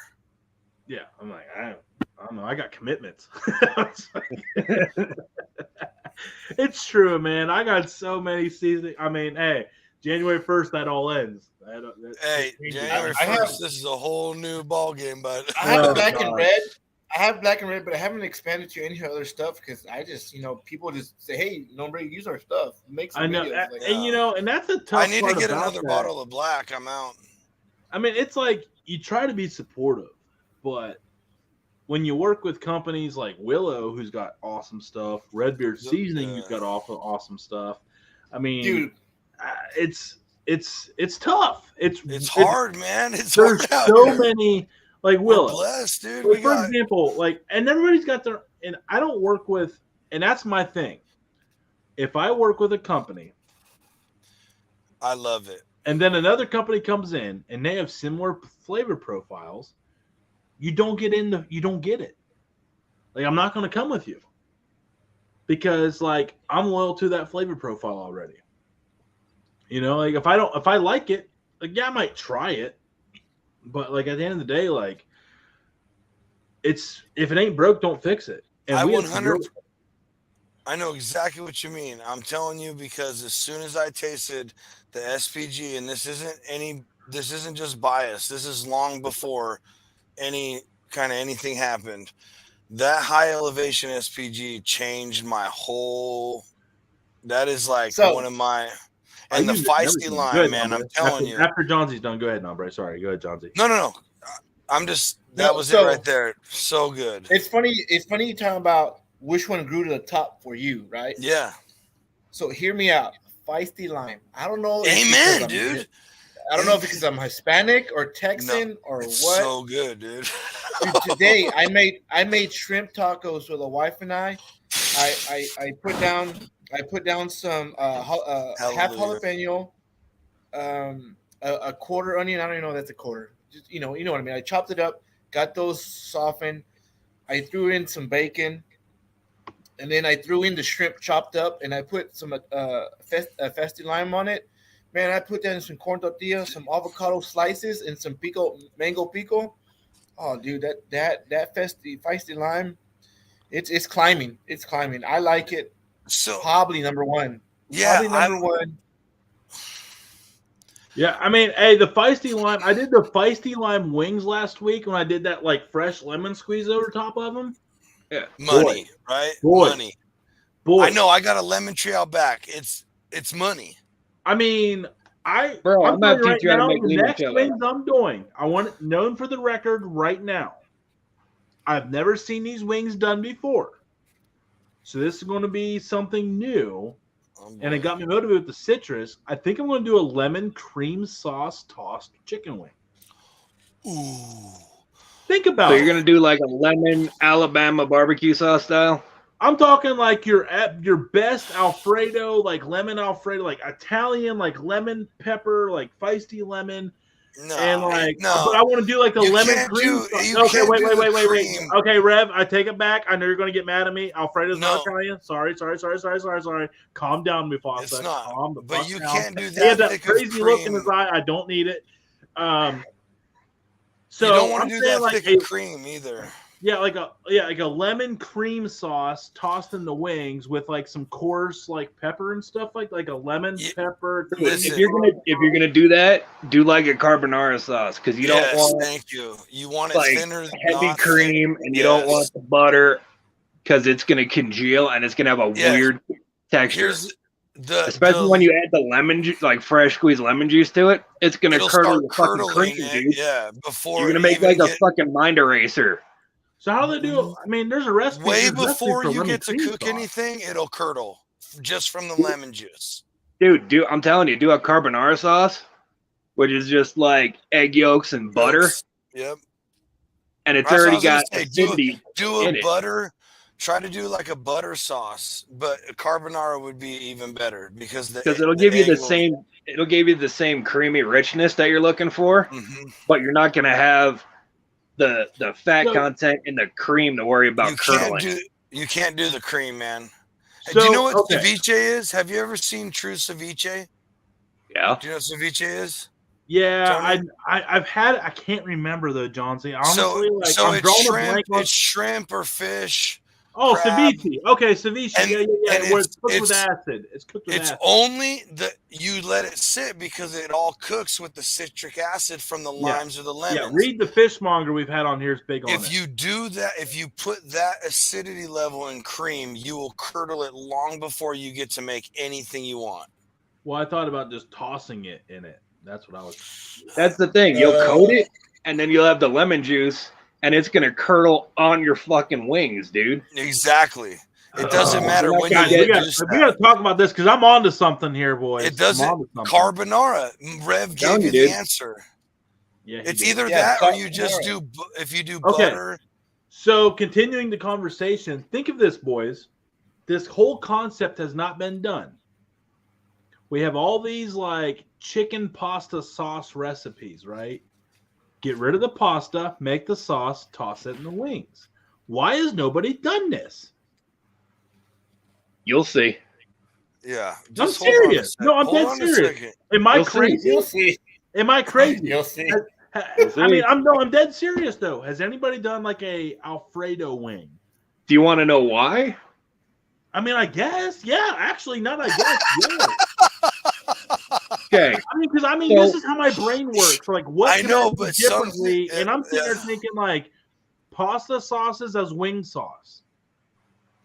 So Not yeah. why Rev, why do we Rev. like chicken wings? Because of the sauce that's on them, right? So when you're tossing your wings in the sauce has components that make it stick to the wing. Okay? When you're talking about Italian sauces like Alfredo sauce or marinara sauce, there's always butter, there's always cream, or there's always olive oil in them, right? It will So when you not toss it, it's not going to stay on the wings. ever gonna stick. You're going to toss it. I want to adopt that recipe. It's going to So happen. listen, no, listen. What you want to do is make a wing that would be good, that would taste good with Alfredo, and then you dip it in there. Yeah. Like instead So of why using don't the you add the ranch, cheese? you Why don't dip you add it. more cheese? Hey, I'm with Willow. Because it's going to separate. Why can't we have a mound of wings and then drizzle the sauce on top? That's Or fine. drizzle- It'll fall right off. Or crazy fucking concept that we've never heard of, make a dipping sauce. Why can't we not do a dipping sauce? Did I not just say that? I didn't hear you, Johnsy. I love you, and I'm sorry. Oh wow. Okay. All right. So that's what I Johnsy was just hyped said. up on Willow's comment. I went full like unicorn. I know, but on for Willow's literally comment, and like anything you said like went. But here's the hey, thing. listen, When 90 you drizzle the seconds. sauce on, it's not the same as tossing it. That's different. Okay, well, it don't Yeah. matter. As long as the wings have that taste of Italian pasta sauce on it, I don't give a fuck. And here's the thing. If you use a marinara sauce or an Alfredo sauce, you're not going to have crispy wings. I'm not talking marinara. I'm talking like roasted tomatoes Oh, and chicken like garlic parmesan on the and go. broth and like lemon pepper and like Okay, I no, don't know, like yeah, even yeah, like You're onto Americanized, something like there. even Americanized things. Like why can't we put that on the chicken wing? That's what I want to know. Because of the to the guys components telling me they in are the right. sauce. I'm going to disagree. I will find a way around their rules. Tony, You're not going Listen. to have a chicken wing. It's not going to be crispy. You're not going to have the sauce coating it. It's not going to be the same texture. Is it not a leg or a drum? I mean, am I You mean a missing flat? something? Did it automatically become a chicken breast? you're not getting A it. wing's a wing, boys. There, A wing's a yes, wing. No, but there is it's not going to have the same textural component as chicken wings as we know them. It's not the same. I guess I'm I'm gonna here to feed you change the wing world. tips. I'm here to change the world. Be prepared. Yeah, Okay. You can try. give that guy. I'll the help tips. you. Whatever you need. But We talk listen. about it. Rev, No, you no. know, I'm going to be sitting Rev. like Facebook and be like, No, I fucked up. Tony, you're now you are trying to mix. You're trying to overcome the laws of chemistry at this point. It's been done before. No, Like- these Hey, look, things. Isaac Newton did it. Why can't I? What's different Isaac- from him? What did Isaac Newton have that I can't even say it. We need to stop What right is- there. What does Tony, Isaac no, Newton no. have that I? Yeah, I can't. Tony, I stop can't. right there because you're so far off. That's just getting really Hey, bad Tony, I for think you. on Johnsy, yeah, Sunday- I'm not far off. I'm on to something, and I will change your mind. I don't want to. Isaac Newton had nothing to do with chemistry. The apple No, fell on Ray? his head, dork. You're No, coming up you next, got- but no, hey, You got Johnsy you got and me Rev are going to brainstorming. be kissing the ring in a week. brainstorming. Check it out. Chicken Parmesan wings. Dad. I already get do the that. drum. You can I get already him do at that. Wingstop. Get the drums, fillet it open, cook it, put the sauce in there, put cheese on top, and bada bing, bada boom. Yeah, I already do that. That's not Like new. a chicken. That's like making Oh, a chicken Fuck you, parm Rev. in a wing. Fuck you, Rev. Yeah, fuck Hey, you, you- Rev. Nombre. What do you know? You're Nombre. like two peas in a pod. Fuck No, you. nombre. Yeah. Essentially, you're talking about taking like butterfly in a leg or a wing or whatever and making a chicken parm on it. I'm jumping in the Yeah. turtle. Since me and That's- Nombre are on the same team and you two are on the same team, it makes sense Hey. to change the cameras. No, here's a news flash for you. That's not a fucking wing. But no, You got drums and you got flats, bro. You're Bro. talking chicken wings. Bro, They're just wings that are cooked and tossed in sauce. Thank you. That's what you're talking about for chicken wings. If you go outside that, What Nombre's talking about is something called chicken lollipops, where you fillet the meat. Yeah, or because butterfly chicken. You said No, butterfly. I don't think not lollipops. I think we're. Okay, hang on. I think we're all talking about the literal chicken wing and flats, right? Listen, flats or drums. Yes, we were. Yes, we were. No, when did then that we were. change? Stop it. Then we were, and then Nombre brought up laying open like butterfly in a leg. And basically building a chicken parm, but with sauce and then cheese, on right? Am I wrong? Dead on. But drummies, not leg, drummies. Okay, drummies. Little drummies. Then it's no longer a chicken wing. It is now a chicken parm on a small drummy. Those are called chicken lollipops. I think Johnsy's sipping on some serious surf. So if a girl has a dildo, you call her a man, or you call her a girl with a dildo? Yeah, I don't know, Johnsy. We're not the chicken wing doesn't identify as a small drumstick at that point. Yes, it does. They're called flats and they're called drumettes. Boom. Exactly. They're not even called rounds or whatever. They're drumettes. So I don't know. I think you guys are making up some fucking bullshit on this. Go look it up, dude. Basically, what you're doing is you're taking the Americanized term of the firm wing and you're turning it and twisting it to your own version of it, and that's bullshit. So I'm not buying it. Anyway, next topic. Sorry, we're spitting facts, and you want to live in delusion. It's not facts. You're changing an American. No, Johnsy, I'm so aggressive. No, I'm going to be aggressive on this one because Johnsy needs to be called out. Rev, I'll settle it. I'll settle it. You get some Willow's sweet. Hold on. I don't give a fuck. Hold on. Rev, we'll do an episode about wings and we'll prove them all wrong. Who my mic? Who muted my mic? That's what I want to know. So I was trying to do a Willow plug. There goes your fucking discount. Yeah, Johnny 2022 is no longer effective. It is now Night Train Lane 2022 for 20% off. So fuck you, Johnsy. And so no. Okay. I have a serious listen. Sure. What you got? So what we're talking about here is we have Americanized the term chicken wings. Sure. My idea was how to Americanize chicken wings with another Americanized Italian thing. And you're saying just because I do something different with a chicken wing, which is a drumette, which we have bundled into the chicken wing, now that we've changed it, you guys are going to determine yourselves to pull that back out of the chicken wing category and name it their own little special thing. Or you can't just cook a chicken wing a different style because it's not American. I'm really confused. No, of course you can. It's just the fact that you're not going to be able to have the sauce on the wing like you want it. So it automatically makes it not a chicken wing? You never I'm saying that's not what I said. Tony, it's not going to be the same. I feel like I'm getting hit on here in an unfair way. Tony, I was saying what Nombre was suggesting, filleting it open and then putting sauce and melting cheese doesn't make it. Well, if is that not a chicken wing? You're not working with a chicken wing, doing it a different way? In the world of all the different shit on social media, we can't change a chicken wing and it not be a chicken wing? You can, but it's called something different. I got questions. Yes, it's called something different. I'm not buying it. Nombre, team you on this one. Hey, listen. Then why is it called whatever here, but it's a bavette in France? I'm telling you right now, if I eat a tiny ass chicken drum, I'm not calling it a fucking I ate a drumstick. I can tell you that right now. I ate a chicken. I'm telling you.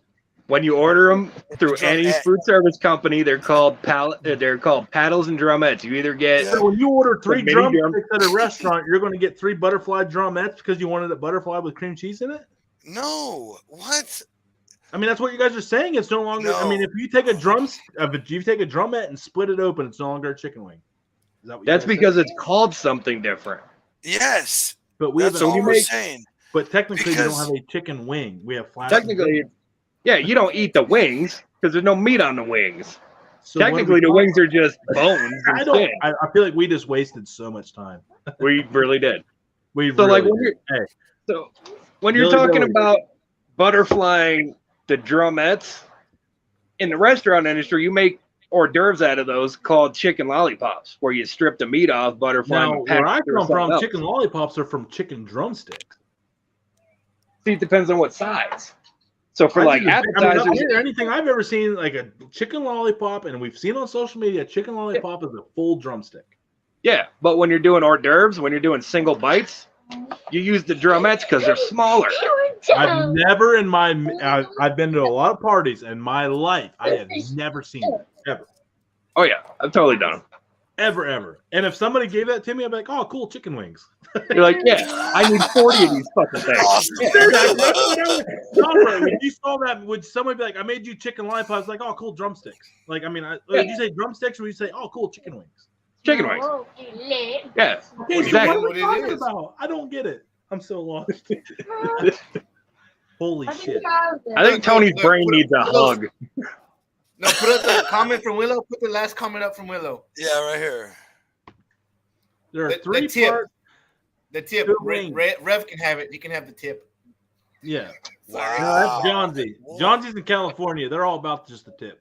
Flat and drumette. Thank you, Willow Seasonings, for saying the same thing I said for the past 20 minutes. Exactly. Yeah. No, You they're think all he's the on same your thing. side? No, okay, no. You never called it a flat. No. You never You called it a proved that's flat. right. That's exactly what I All said. out of a wing. So if you take You your never called it a drumette flat. and split it open and stuff it with something, it's still part. It's a stuffed drumette of a chicken wing. But you would call that something else. No, Rev shook his head because he knew I got him on that one. That's bullshit. No. Both of you. No, he didn't. No, No. he's saying No. you're wrong again. No, you guys are wrong. Absolutely. Dude, okay, listen. If I take a chicken Tony's breast, and I dying on smash this it- hill tonight. Listen, Yeah, I'll fucking take one to the face with a so I have a chicken breast. I have a chicken breast, and then I put sauce on it, and I melt cheese, and it's now chicken parm. I made the Right? bed. made You call with it a chicken chicken parm. breast. You call it chicken parm. You don't say, "Oh, can I get the chicken breast with sauce and cheese?" It's called chicken parm. Don't drink it. You would just call it something else. You wouldn't call it a wing, because wings, the dish is wings fried, tossed in sauce. So what would you call a drummy that's stuffed? Whatever you decide, because I've never seen it before. You guys are calling drummies. Like we don't use that term. It's a wing. No, there's a flat and there's a drum. Flat or a drum. We call it a flat Exactly. or a drum. We don't call it a flatty. We don't call it a drummy. We don't call it. Now, when you say wing, you're talking about the tip, the flat, and the drummy still intact. Yeah, Like a Mexican anybody butcher that's shop. done chicken lollipops has done the full size back leg chicken leg. You But mean that's airline like- chicken? Romney, why are you raising it? I mean, that's not what we're talking about. That's a wing. That's not a wing. No. I thought Tony, you asked- mean I airline thought you chicken? asked who has done that. Dude, look up a chicken lollipop No. on social media and name one person Stop. on there that's done a chicken drumette. Name one person that's done a chicken drumette. No. I will wait. Time I out, will dude. wait. I said I thought you asked who has done them, so I raised my hand. Oh, Good grief, calm down, bro. okay. I was like, whoa.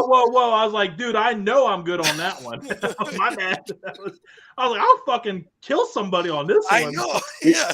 We've gone far down into this rabbit hole of chicken This wings is bad or one. non-chicken Okay. wings or whatever the fuck we're gonna call them. Revan. This shit never French happened. fries. with French Revan. fries is a wedge categorized as a French fry. Potato wedge. I'm an American. I call them freedom fries. Freedom fries, bro, all day long. Till the day I die. You're talking about bullets. You're talking about bullets. Yeah. Those We are don't freedom call it seeds, no hamburgers, break. We call them freedom burgers. These are freedom seeds, freedom. Yeah. What's up, little kid? They own freedom. Hope he didn't hear the last 6 words that came out of my mouth. He lives at my house. Nobody cares, dude. Okay. Yeah. It's at the trailer park. That's common language there. Can we get a free plug on Johnsy's flag? Oh no, he did. Poor Jones, man. I came at him hard a couple times tonight, and he was like, "Whoa." Oh, you were serious. I don't understand the chicken. I want to. I don't. If I don't understand something, I Dad, fight it. I'm going to make a stack I did. of prayers. Yep. I'm going to make Uh-huh. a stack of prayers. Oh no. All right. We got a little too much background noise there on that one. Whoop.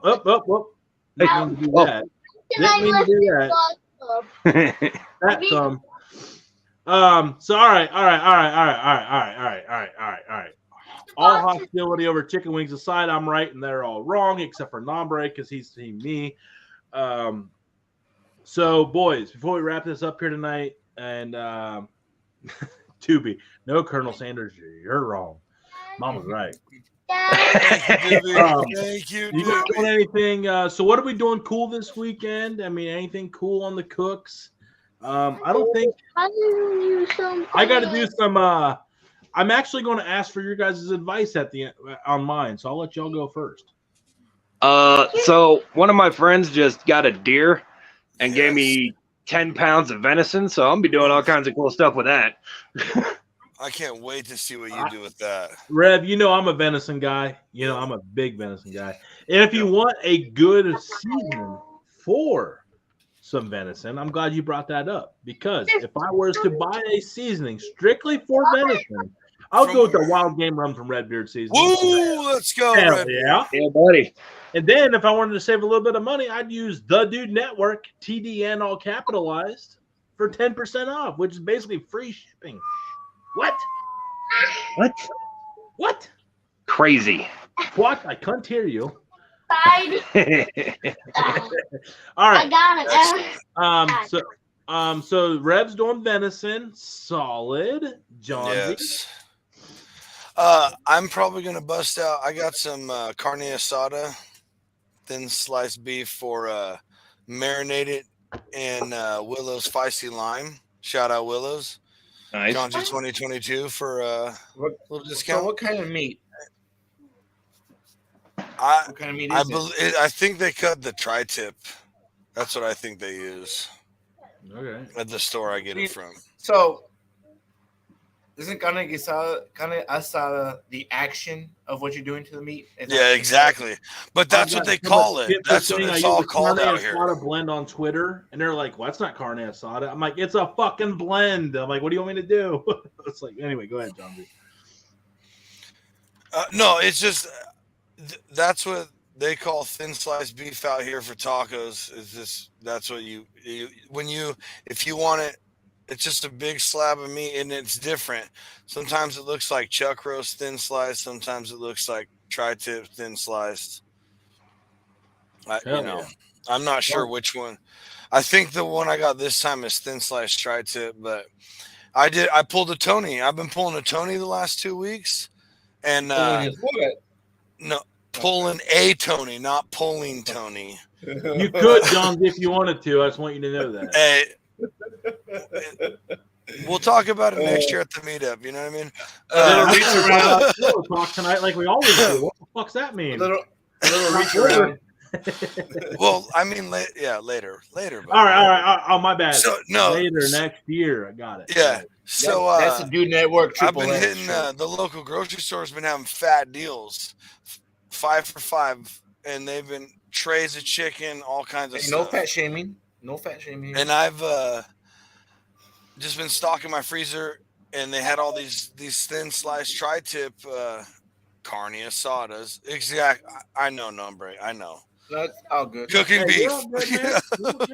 Hey, we're not going to come at you like you would come at us on chicken wings because we're better people than that. But go ahead. Dude, all I was saying is that the dish would be called something different. It's over. Anyway. People settle. I know I'm going to do some of that, and I'll probably bust out some chicken quarters because I haven't been able to find them in so freaking long, and I'm excited to do some whole chicken quarters. So there you go. Hey, chicken quarters are money, dude, because you get the I know and the drums. Exactly, and it's all one piece. And you can buy like a 10-pound bag for like $15. Like, it's amazing. Yeah, I was getting like 8 pounds for $5. It was great. Yeah, that's it was a smoking deal. That's like 70 cents a pound, dude. Dude, it was miraculous, dude. When I Bro, they had that's 5 something for we can't talk about because then everybody else is gonna be like, "Hey, this is amazing," and then we're gonna be paying like $400 a pound for this shit. Johnsy, No. Johnsy, what he really meant was it was $1.79 a pound. That's what he meant to say. Yeah. I'm really bad at math. It was $2.19, I think. But It was wasn't really even a good deal, Johnsy. It was a terrible deal. You just had to buy it. Yeah. It's all they had, so you had to pay for it. Meat's just so expensive. It was an all right deal. Yeah, And I it felt was the like I last was piece stealing, available. You know? Yeah. It was bad. It was real bad. I felt like I was stealing. Is what I'm getting at. Ooh, I'm telling. I felt like Nombre. Felt like. Yeah. Nombre, what are you doing up this to, weekend, bud? big boss man? So, man, the wife said make something. I can't remember. I don't pay attention. Anyways, Food. How do you keep her? After what we just looked at, Nombre's knows where the berries are bodied. That's all I know. You're right. What I want to do is I want to get some Cornish hens. And I want to stuff those buttholes with a lot of boudin and smoke them up. Ooh, nice. Everyone likes a good wow, boudin stuff. nice. That's a Hey, yeah. You know what, Nombre? You are a fucking legend on the grill, bro. You do some badass stuff, man. He really is. I appreciate it. We- Just having we are, fun, man. like, Just having fun. I feel like we take advantage of like the open fire expertise that's on this show every week sometimes. No, yeah, that's what I'm saying. Like, It doesn't that's come why up a lot. It really doesn't. Open fire does not come up much. Well, I had to share Nombre. It was an Cook he did a while back, but he was just pulling this pig apart. It was your wife's birthday, I think he did it for, right? Oh, that was at Treaty Oak. That's a recent pig. Yeah, that was the loin. Are you talking about the Oh, that loin was the pull? recent video where you pulled it? Oh, okay. All right. Yeah, that Well, anyway. loin pull was money, dude. That was That's so what I'm deep. saying. Like, it's badass, dude. I love it. I appreciate it. We are. I will be the first one to say we are truly blessed to have Nombre on here every week, and that'll be the nicest thing I ever say to him on camera. Anyway, what are you up to this weekend, Tony? So I got this deal working with Clement Sausage, who is the official sausage of the Milwaukee Bucks, and they sent me a package, like multiple packages of these pre-cooked brats out of Wisconsin. Right, you were telling us about that. Yeah, they're like gray, but you have to still cook them again. Like they're like boiled or something, but you gotta like to get their flavor, you gotta cook them again. Yeah. So I need to do something epic. Like, you know what I mean? Like they're saying this is one of those deals. I'll talk about the deal we got going on right now. If everybody wants to know like what's going on in the world of like social media deals, I'll tell you on this one. I was working with Clement Sausage, and I want everybody to know this story because this is the shit like creators go through. Here we go. Getting a brand deal. So we had a really good thing going with Clement Sausage. Me being a meat guy, I reached out to a lot of sausage companies, and they're like, "Hey, we love the whole dude network, dude food idea."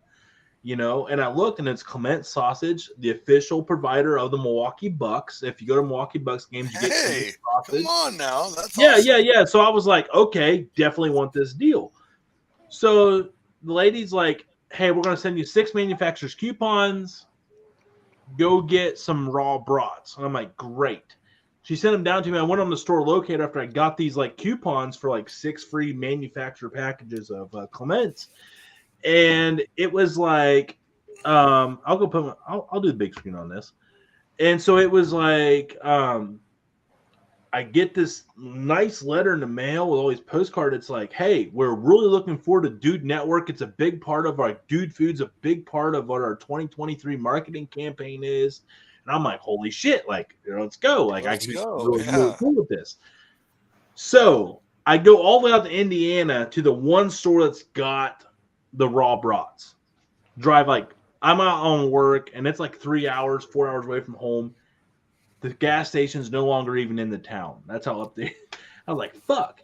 So I get her home, and they're like, listen, that lady is no longer with us. I'm new. I don't know what the fuck you're talking about. Like, you got this shit. No. What's this? And I'm like, well, here's what I said. I took a picture of this postcard, and I'm like, this is what the last person told me. If you want to cancel me, fine. I get it. So this.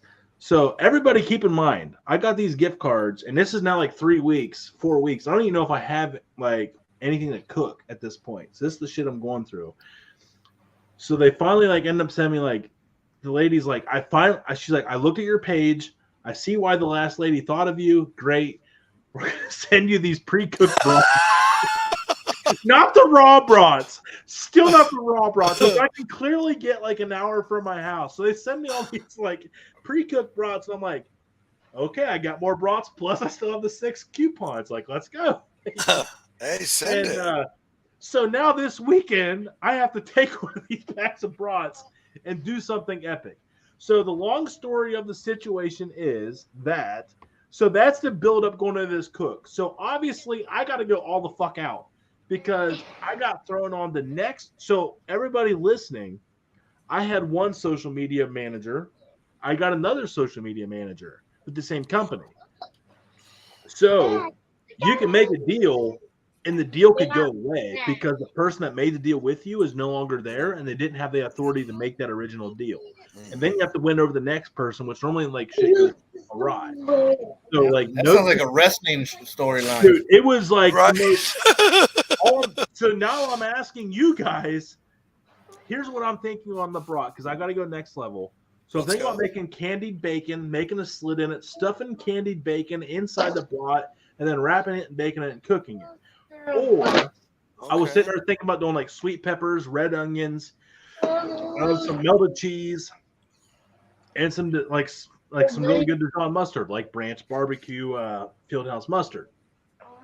So my question is to you guys, I need you guys to get the most creative morsel in your body. And Rev, you're going to go last on this one because I don't know. Like, I need Nombre, starting you, counterclockwise. What should I do with these sausages outside of my idea? Motivate me, sell me. Go, Nombre. Okay, listen. You're going to need to go get a hoagie bread. Hoagie bread, cut it in half. Since it's pre-cooked, not pre-cooked or semi-cooked, wherever it is, take it out of the casing. You're going to cut the bread in half. You're going to put that meat. You're going to put that meat on top of that bread loaf. You're going to put it down, face down on the grill. I love Cook it. Finish the meat. Bring it meat side up. Put some cheese on top. Whatever else you want to put toppings on it. Let that finish and melt off. Eat it. You have Cleveland choripan. Something. Yeah, I like it. I love it. I'm going to go do that myself now. No, that's Right, Nombre. I might be doing that I this respect weekend. all of you guys. I give you all shit all the time, but I respect all of your opinions. That's why you're here. Johnsy, what do you got? I'm a little ashamed to go second, man. I was gonna say what you suggested and go like the traditional brat route and just make it big and banging with the peppers and onions and the mustard sauce. Because I'm not a big peppers and onions guy, but I did. You guys know I love Italian sausage. I did some Italian sausage. I did peppers and onions, man, and I'm sold on it, man. I'm sold on it. So I was gonna say go kind of original. Nombre, yes. Sorry, Rev. Another idea. Ooh, double feature. Get a turkey syringe. Get Willow's mustard or Willow's barbecue sauce. Water it down slightly. Okay, take that back. Apple cider it down slightly. Inject it. Yes. Wrap it in bacon. Smoke it up. So when you take a nice bite, it splooges. Oh, I like. Hey, just Dude, Nombre, that is okay. That is getting. Yep. Yeah. Don't clip the part I said, Johnsy. Dude, that is Nombre. Here's the worst idea of the night. Make a brat dude pizza with pineapple on it. And that's how you lose a sponsorship. Willow Seasonings can no longer be found on the Dude Network. Denver Broncos suck. And they do. Willow Seasonings, you lied. He paid for those reviews. It's not that good. Russell Wilson's hard. Hey, David, why did you have to come with the pineapple? I got questions immediately. Why did you have to come with the pineapple? Yeah, I mean, he made his bed. Fucking lie in it. No, I know. That's why I say everything. Yeah. I'm agreeing with you, Johnsy. I'm adding on to what you said. Yeah. Until the pineapple. The pineapple, bro. Pineapple. fucking pineapple. You want to get on my shit list? Bring up pineapple. Yeah, I'm Rev, with you. Go. Okay. Right. So here's my idea. I'm excited for this. Take your brats, and first you're going to start by poaching them in beer. And do like a good beer. Do like a stout or like a red ale. Okay? Oh, wow. And while those are poaching, you're going to make something called douchois. It's a Vietnamese condiment that is shredded daikon radishes and carrots with salt, vinegar, and a little bit of sugar as a topping, right? So once your brats are done poaching in your beer, wrap them in some of that beef bacon that you have, and then smoke that, right? I don't have any Take beef your bacon hoagie for this rolls week. and use some Okay, really well- good mustard, right? Like Branch Fieldhouse. Like Fieldhouse mustard from Branch Barbecue. Shout Yeah. out. Beat you to the punch. Put your brats wrapped in bacon after they're done smoking, and your hoagie roll, top it with the douchois. And if you want to add a little bit something extra, then saute Something some extra? saute some onions in a really good bourbon, and you caramelize them down so you get caramelized bourbon onions on top. Don't you mean like some good bourbon like Cleveland whiskey? Where can we get Could that be. bourbon, Tony? Well, you can For the find record, it. You can go to the store locator on clevelandwhiskey.com and it'll tell you exactly where you can find it, John. That's a great question. So that's what I For would those who do. didn't know. You know, hey, saute some pineapple. You know who else likes pineapple? Russell fucking Wilson. That's who likes fucking pineapple. Russell fucking Wilson. And always I got a hard question. Tony, You know, he hard was question. fine. Russell hot Wilson was a question? Super Bowl winning quarterback until he put Hard. pineapple on pizza and then he went to Denver. Hard. Go ahead, Nombre. Hard Really, question. Nombre? Go ahead, Hard. Nombre. Watch out. Oh, here we go. Okay. Here Sorry. we You have to eat pineapple on your pizza. What do you pair it with? A dumpster fire.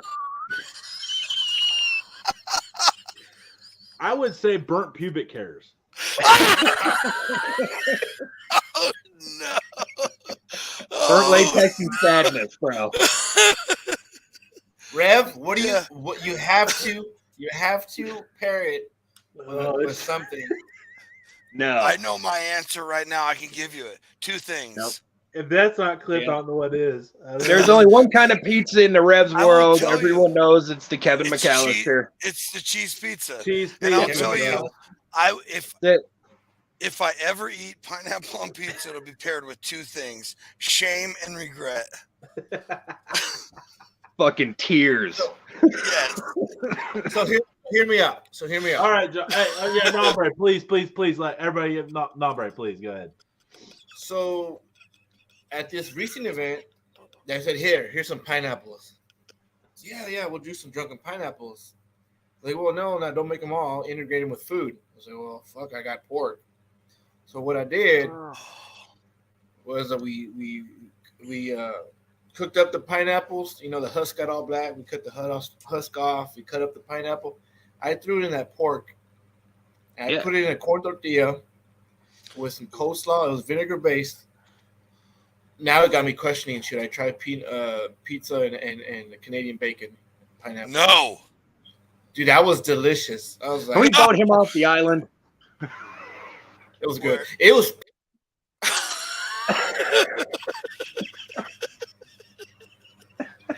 You need to restrict his power on what he has. We don't need his raspy ass voice controlling the fucking controller either. I'm sorry. I am sorry. I was with you with You know, I tequila, man. Yeah, we were Good. all on board. Good. Now, You know what? I get it. You no. can make pineapple salsa delicious. No, But yeah.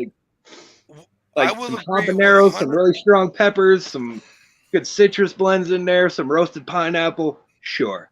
But pizza, No, no. Okay. I will agree with Nombre. No, I barbecued pizza over rotisserie. Wow, that is. We gotta clip that, right? We gotta clip that. I think I just sneezed into a fucking whiskey. Okay, we're good on the whiskey. No, Bruce, we're good on the whiskey. Dude, how bad did that look? Because it snuck up on me. That was awesome. It looked like you lost all control of yourself. I definitely did. Okay, Johnsy, I'm texting you now at what time that was because we were clipping it, and that is going to be maybe the head of the That was new show. 215, 216. That was 215, 216. The surprised look. I can't even believe All right, Dude. 21. Yeah. Dude, you didn't even see it. You didn't even see it, Tony.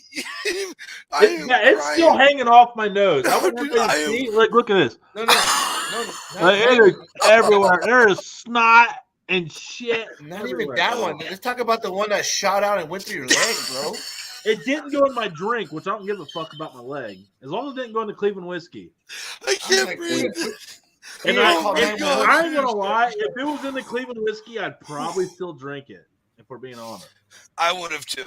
I'm just that's me. Yeah. All right. Well, I'm just gonna take a step aside for a hot second, and Oh my gosh. wipe my nose. So No, I'll be that right is back. on the gonna show, be- gentlemen.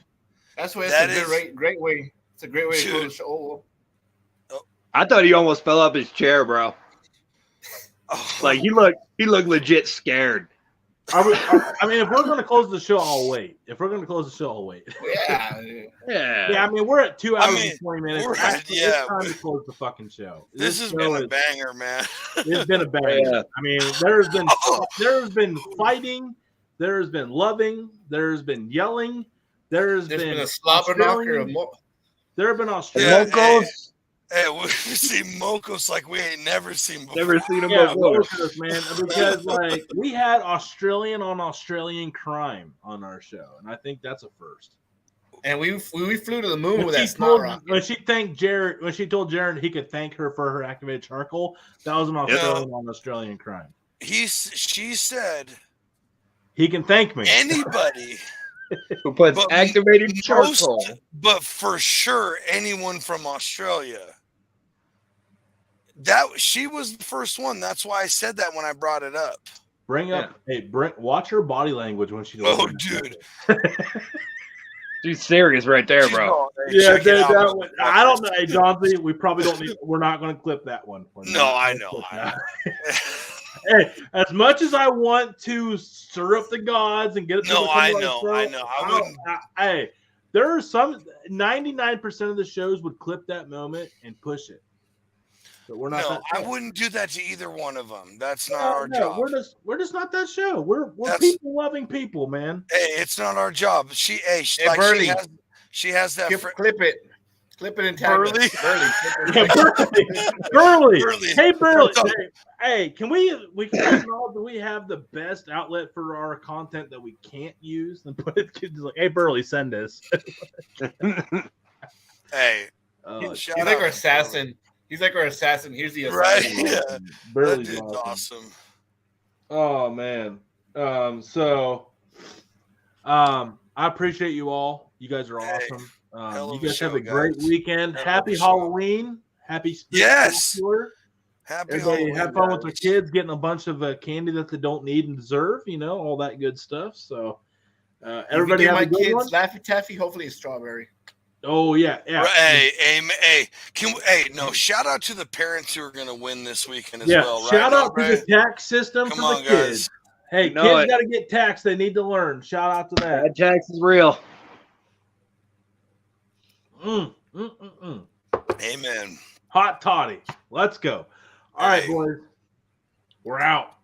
We'll see you guys next week. Hey, by the way, next week, Big K's Barbecue and Dirty Jersey Barbecue doubleheader next week. Hey, Oh, Big Dirty K. Jersey, let's Whoa, go. let's go. Yep. Boom. Okay, big fan. Yep, Oh, let's Big go. K, We got- yeah. hey, we're doing What a banger, local- dude. Yeah, let's go. Tonight I did that right before the show started. Yep. I sat there and I'm like, what's a good show? And I was like, Big K's been waiting to come on. I was like, we need a second guest. I'm like, Dirty Jersey's definitely been waiting to come on. I'm like, you're on. They're like, good. Hey, I'm like, all right, cool. With show. the Let's go. with the googly eyes. Yeah.